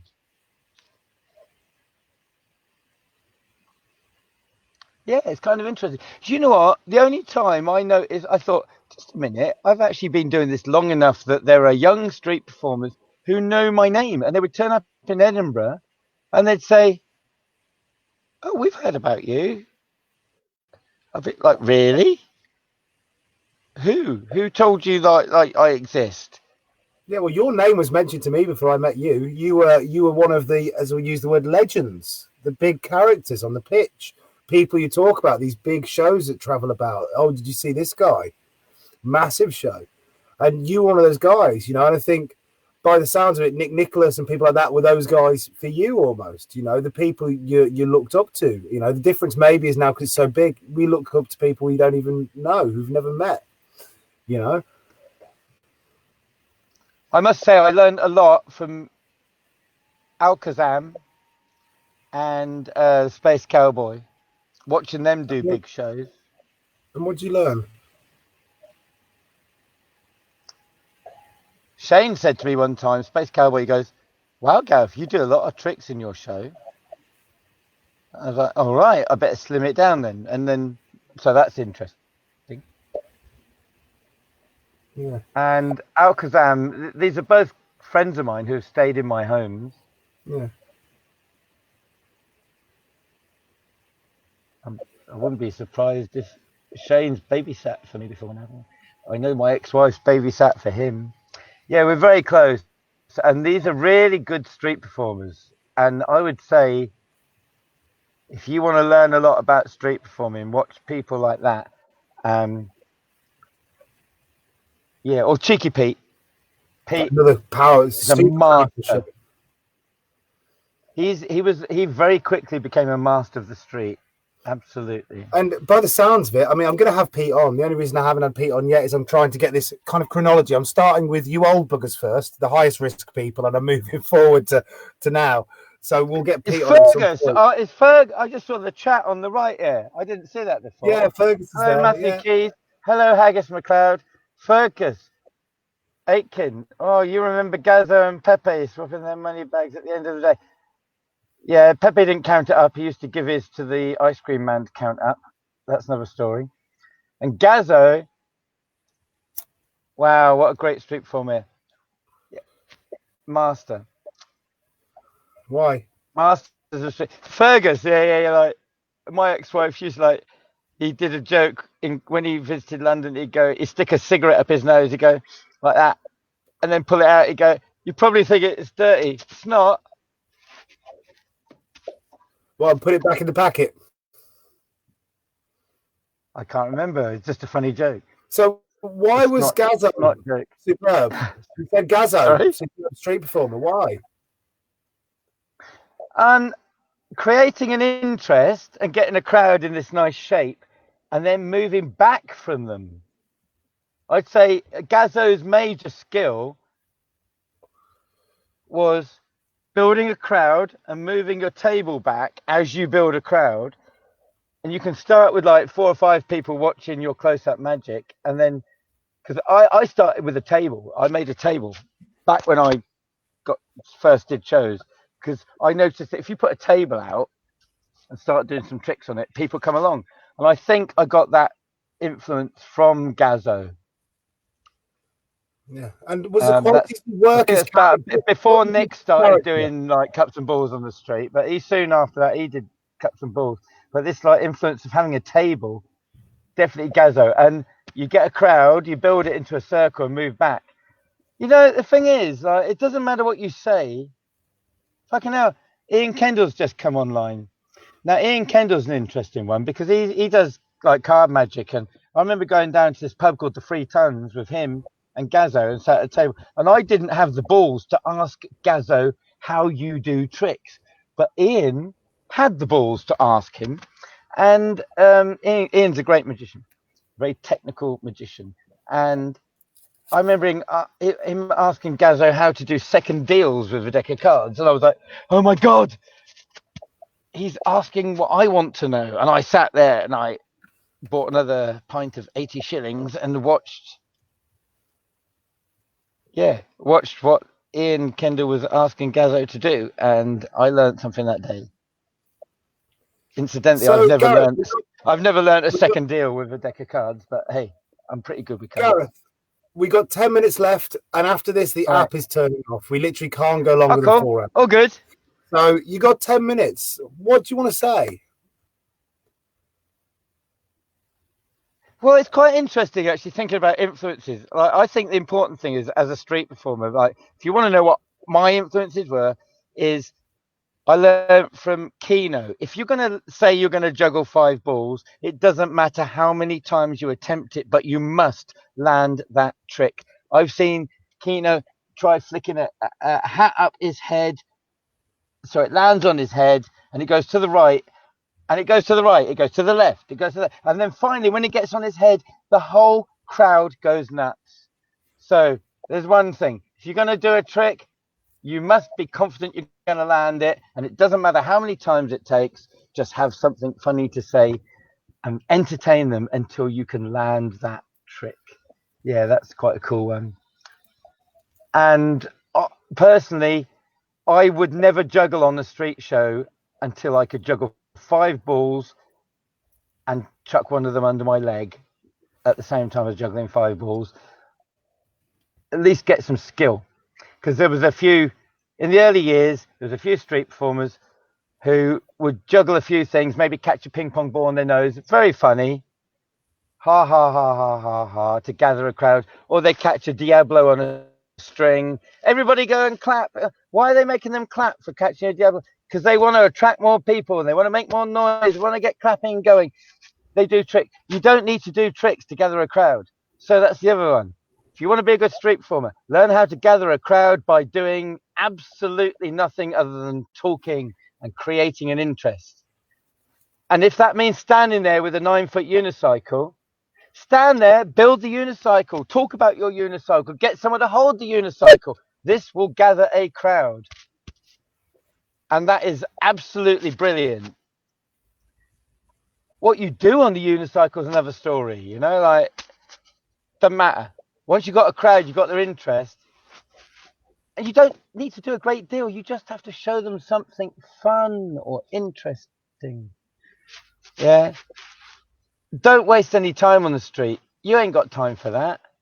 If you're going to drive to a town or get a train to a town and find a space and you're going to make some noise outside someone's shop, you have a responsibility to show them something sweet, doesn't matter what it is, make it concise, ask them for some money and repeat it and repeat it and repeat it and repeat it. And you're going to get really good at it.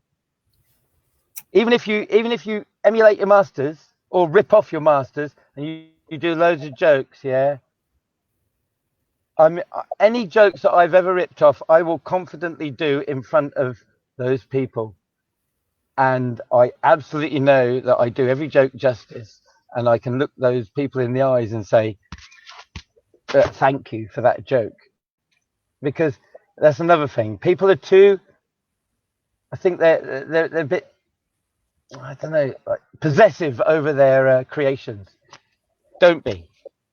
If you do an amazing masterpiece, a work of art, or whatever, a photo, a painting, or whatever, someone will copy it and put it in their newspaper. Someone will take a photo of it and they'll show their friend and say, "Look at this amazing painting, a bit of graffiti I saw the other day." Once you've done it, it's gone. Yeah, let go of it, and hopefully they will make it better. So do you have this in Edinburgh, I had someone come up to me and tell me that he'd copied my whole show. You said, yeah. And I just went, "Oh, fair enough." I mentioned it earlier. Yeah. And I was like, I don't even think he's a performer anymore. He wasn't actually that very good, and he didn't have any charisma, and it didn't bother me. But I will say, that was the same year I changed my hair. I used to have long hair, and I cut it into 2 Mohicans, and I became more like the mighty Gareth. Yeah. Yeah. I think you could learn any trick I do, and you can do any joke, whether I made my own jokes or ones that I've copied, but you cannot be the mighty Gareth. Well, it's interesting you say that, because you say that chap didn't have any charisma, and perhaps he just didn't have the right charisma. He might have learned some. You know, I've got a friend. And maybe he picked them up. I've got a friend in Covent at the moment who's learning all the stock lines, and he's an Eastern European chap, so his accent doesn't lend itself well to the style of lines he's doing. And I keep telling him, I say, "Brother, you're really funny when you talk like you talk, when you use comedy that lends itself to your diction and character. Doing these one stock lines that are designed for, you know, for the English diction doesn't always work for you." Thing is, if he makes a living out of it, fair enough. But like, if he actually wants to be more himself, if he keeps doing that, there will be a point. If he really wants to like focus on it, I mean, to be really honest, like in somewhere like Edinburgh where you get a lot of street performers, then I remember JP gave me a line years ago. He said, Gareth, I think this will suit your money speech perfectly. And he told me a line. And then I started using it. I was like, yeah, man, that's great. And then I think about a year later, I said to him, JP, you gave me a line last year. And like everybody's saying it. He goes, yeah, but I thought it would suit your show. I was like, all right. Okay. And there's a big point. It's like, it doesn't matter what the line is. It has to suit your performance and your show. And yeah, I've got, I tell you really honestly, there's a whole bunch of lines which I'm sometimes I'm scared to say in my show because they're either ones that I've totally come up with or I've got off a mate of mine.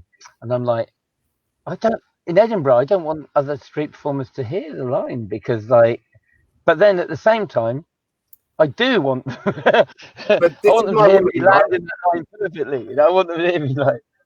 Well, my worry is that you end up writing this stuff to make yourself stand out, and then suddenly you don't stand out, because it permeates, and that's the worry. I'm proud when people use my material. It makes me happy to think people like it, but I also worry because I think, what do I have if I don't have these things I've written? The thing is that, Matt, you've got a personality, you're rogue, and it's there, and that's the point. Is like, yeah, I think for me, normally when I've got my red Mohicans in my hair and I look like the Mighty Gareth the way you normally see me,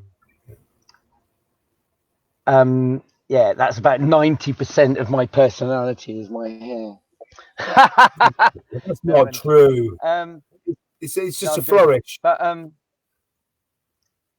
no, but it's a major bit. It's me expressing myself. It's like the kind of thing where people put shoes on and it takes up the character. You put the shoes on, you put the hat on. Like Stephen Rawlings talked about, he said, I put the hat on and suddenly the character came out. Was that kind of the same thing with the hair?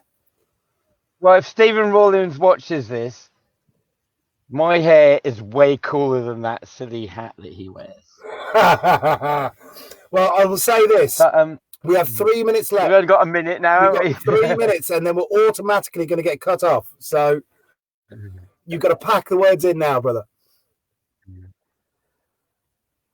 Yeah. I love street performing with a passion, absolutely. And yeah, there's some really good street performers, and there's definitely few different types of street performer. And I'll just say this, I've done shows in the most difficult, remote, tiny, obscure places because I needed to make some money. And that's basically why I'm a street performer. And I can't see any point in going to the street and making any less money than I can possibly make. So yeah. Just to end on a good point. If you had to talk to, and you've said this lots in the interview, but I'm just trying to get a nice little soundbite just for the end. If you had to say something to the young performers now, just a couple of sentences, what would you say? Do whatever makes you feel good and that you want to do.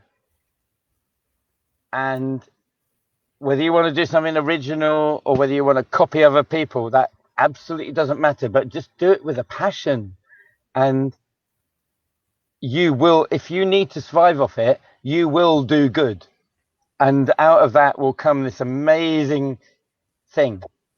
And yeah, back when Emil Flop gave me the name the Mighty Gareth, I laughed at that. But then a few years ago in Edinburgh, he was in my audience with about 800 people around me on the high street, and I saw him in the audience and I went, Melvin, hello. You gave me the name the Mighty Gareth, and look, now I am the Mighty Gareth, and I love it. I'm going to say thank you, everybody. Thank you for watching. Thank you for whining on with me, Gareth. Thank you so much for your time. You've been an absolute joy to talk to. Okay, goodbye, everyone. Respect you. Goodbye. Goodbye. Goodbye, everyone. Goodbye.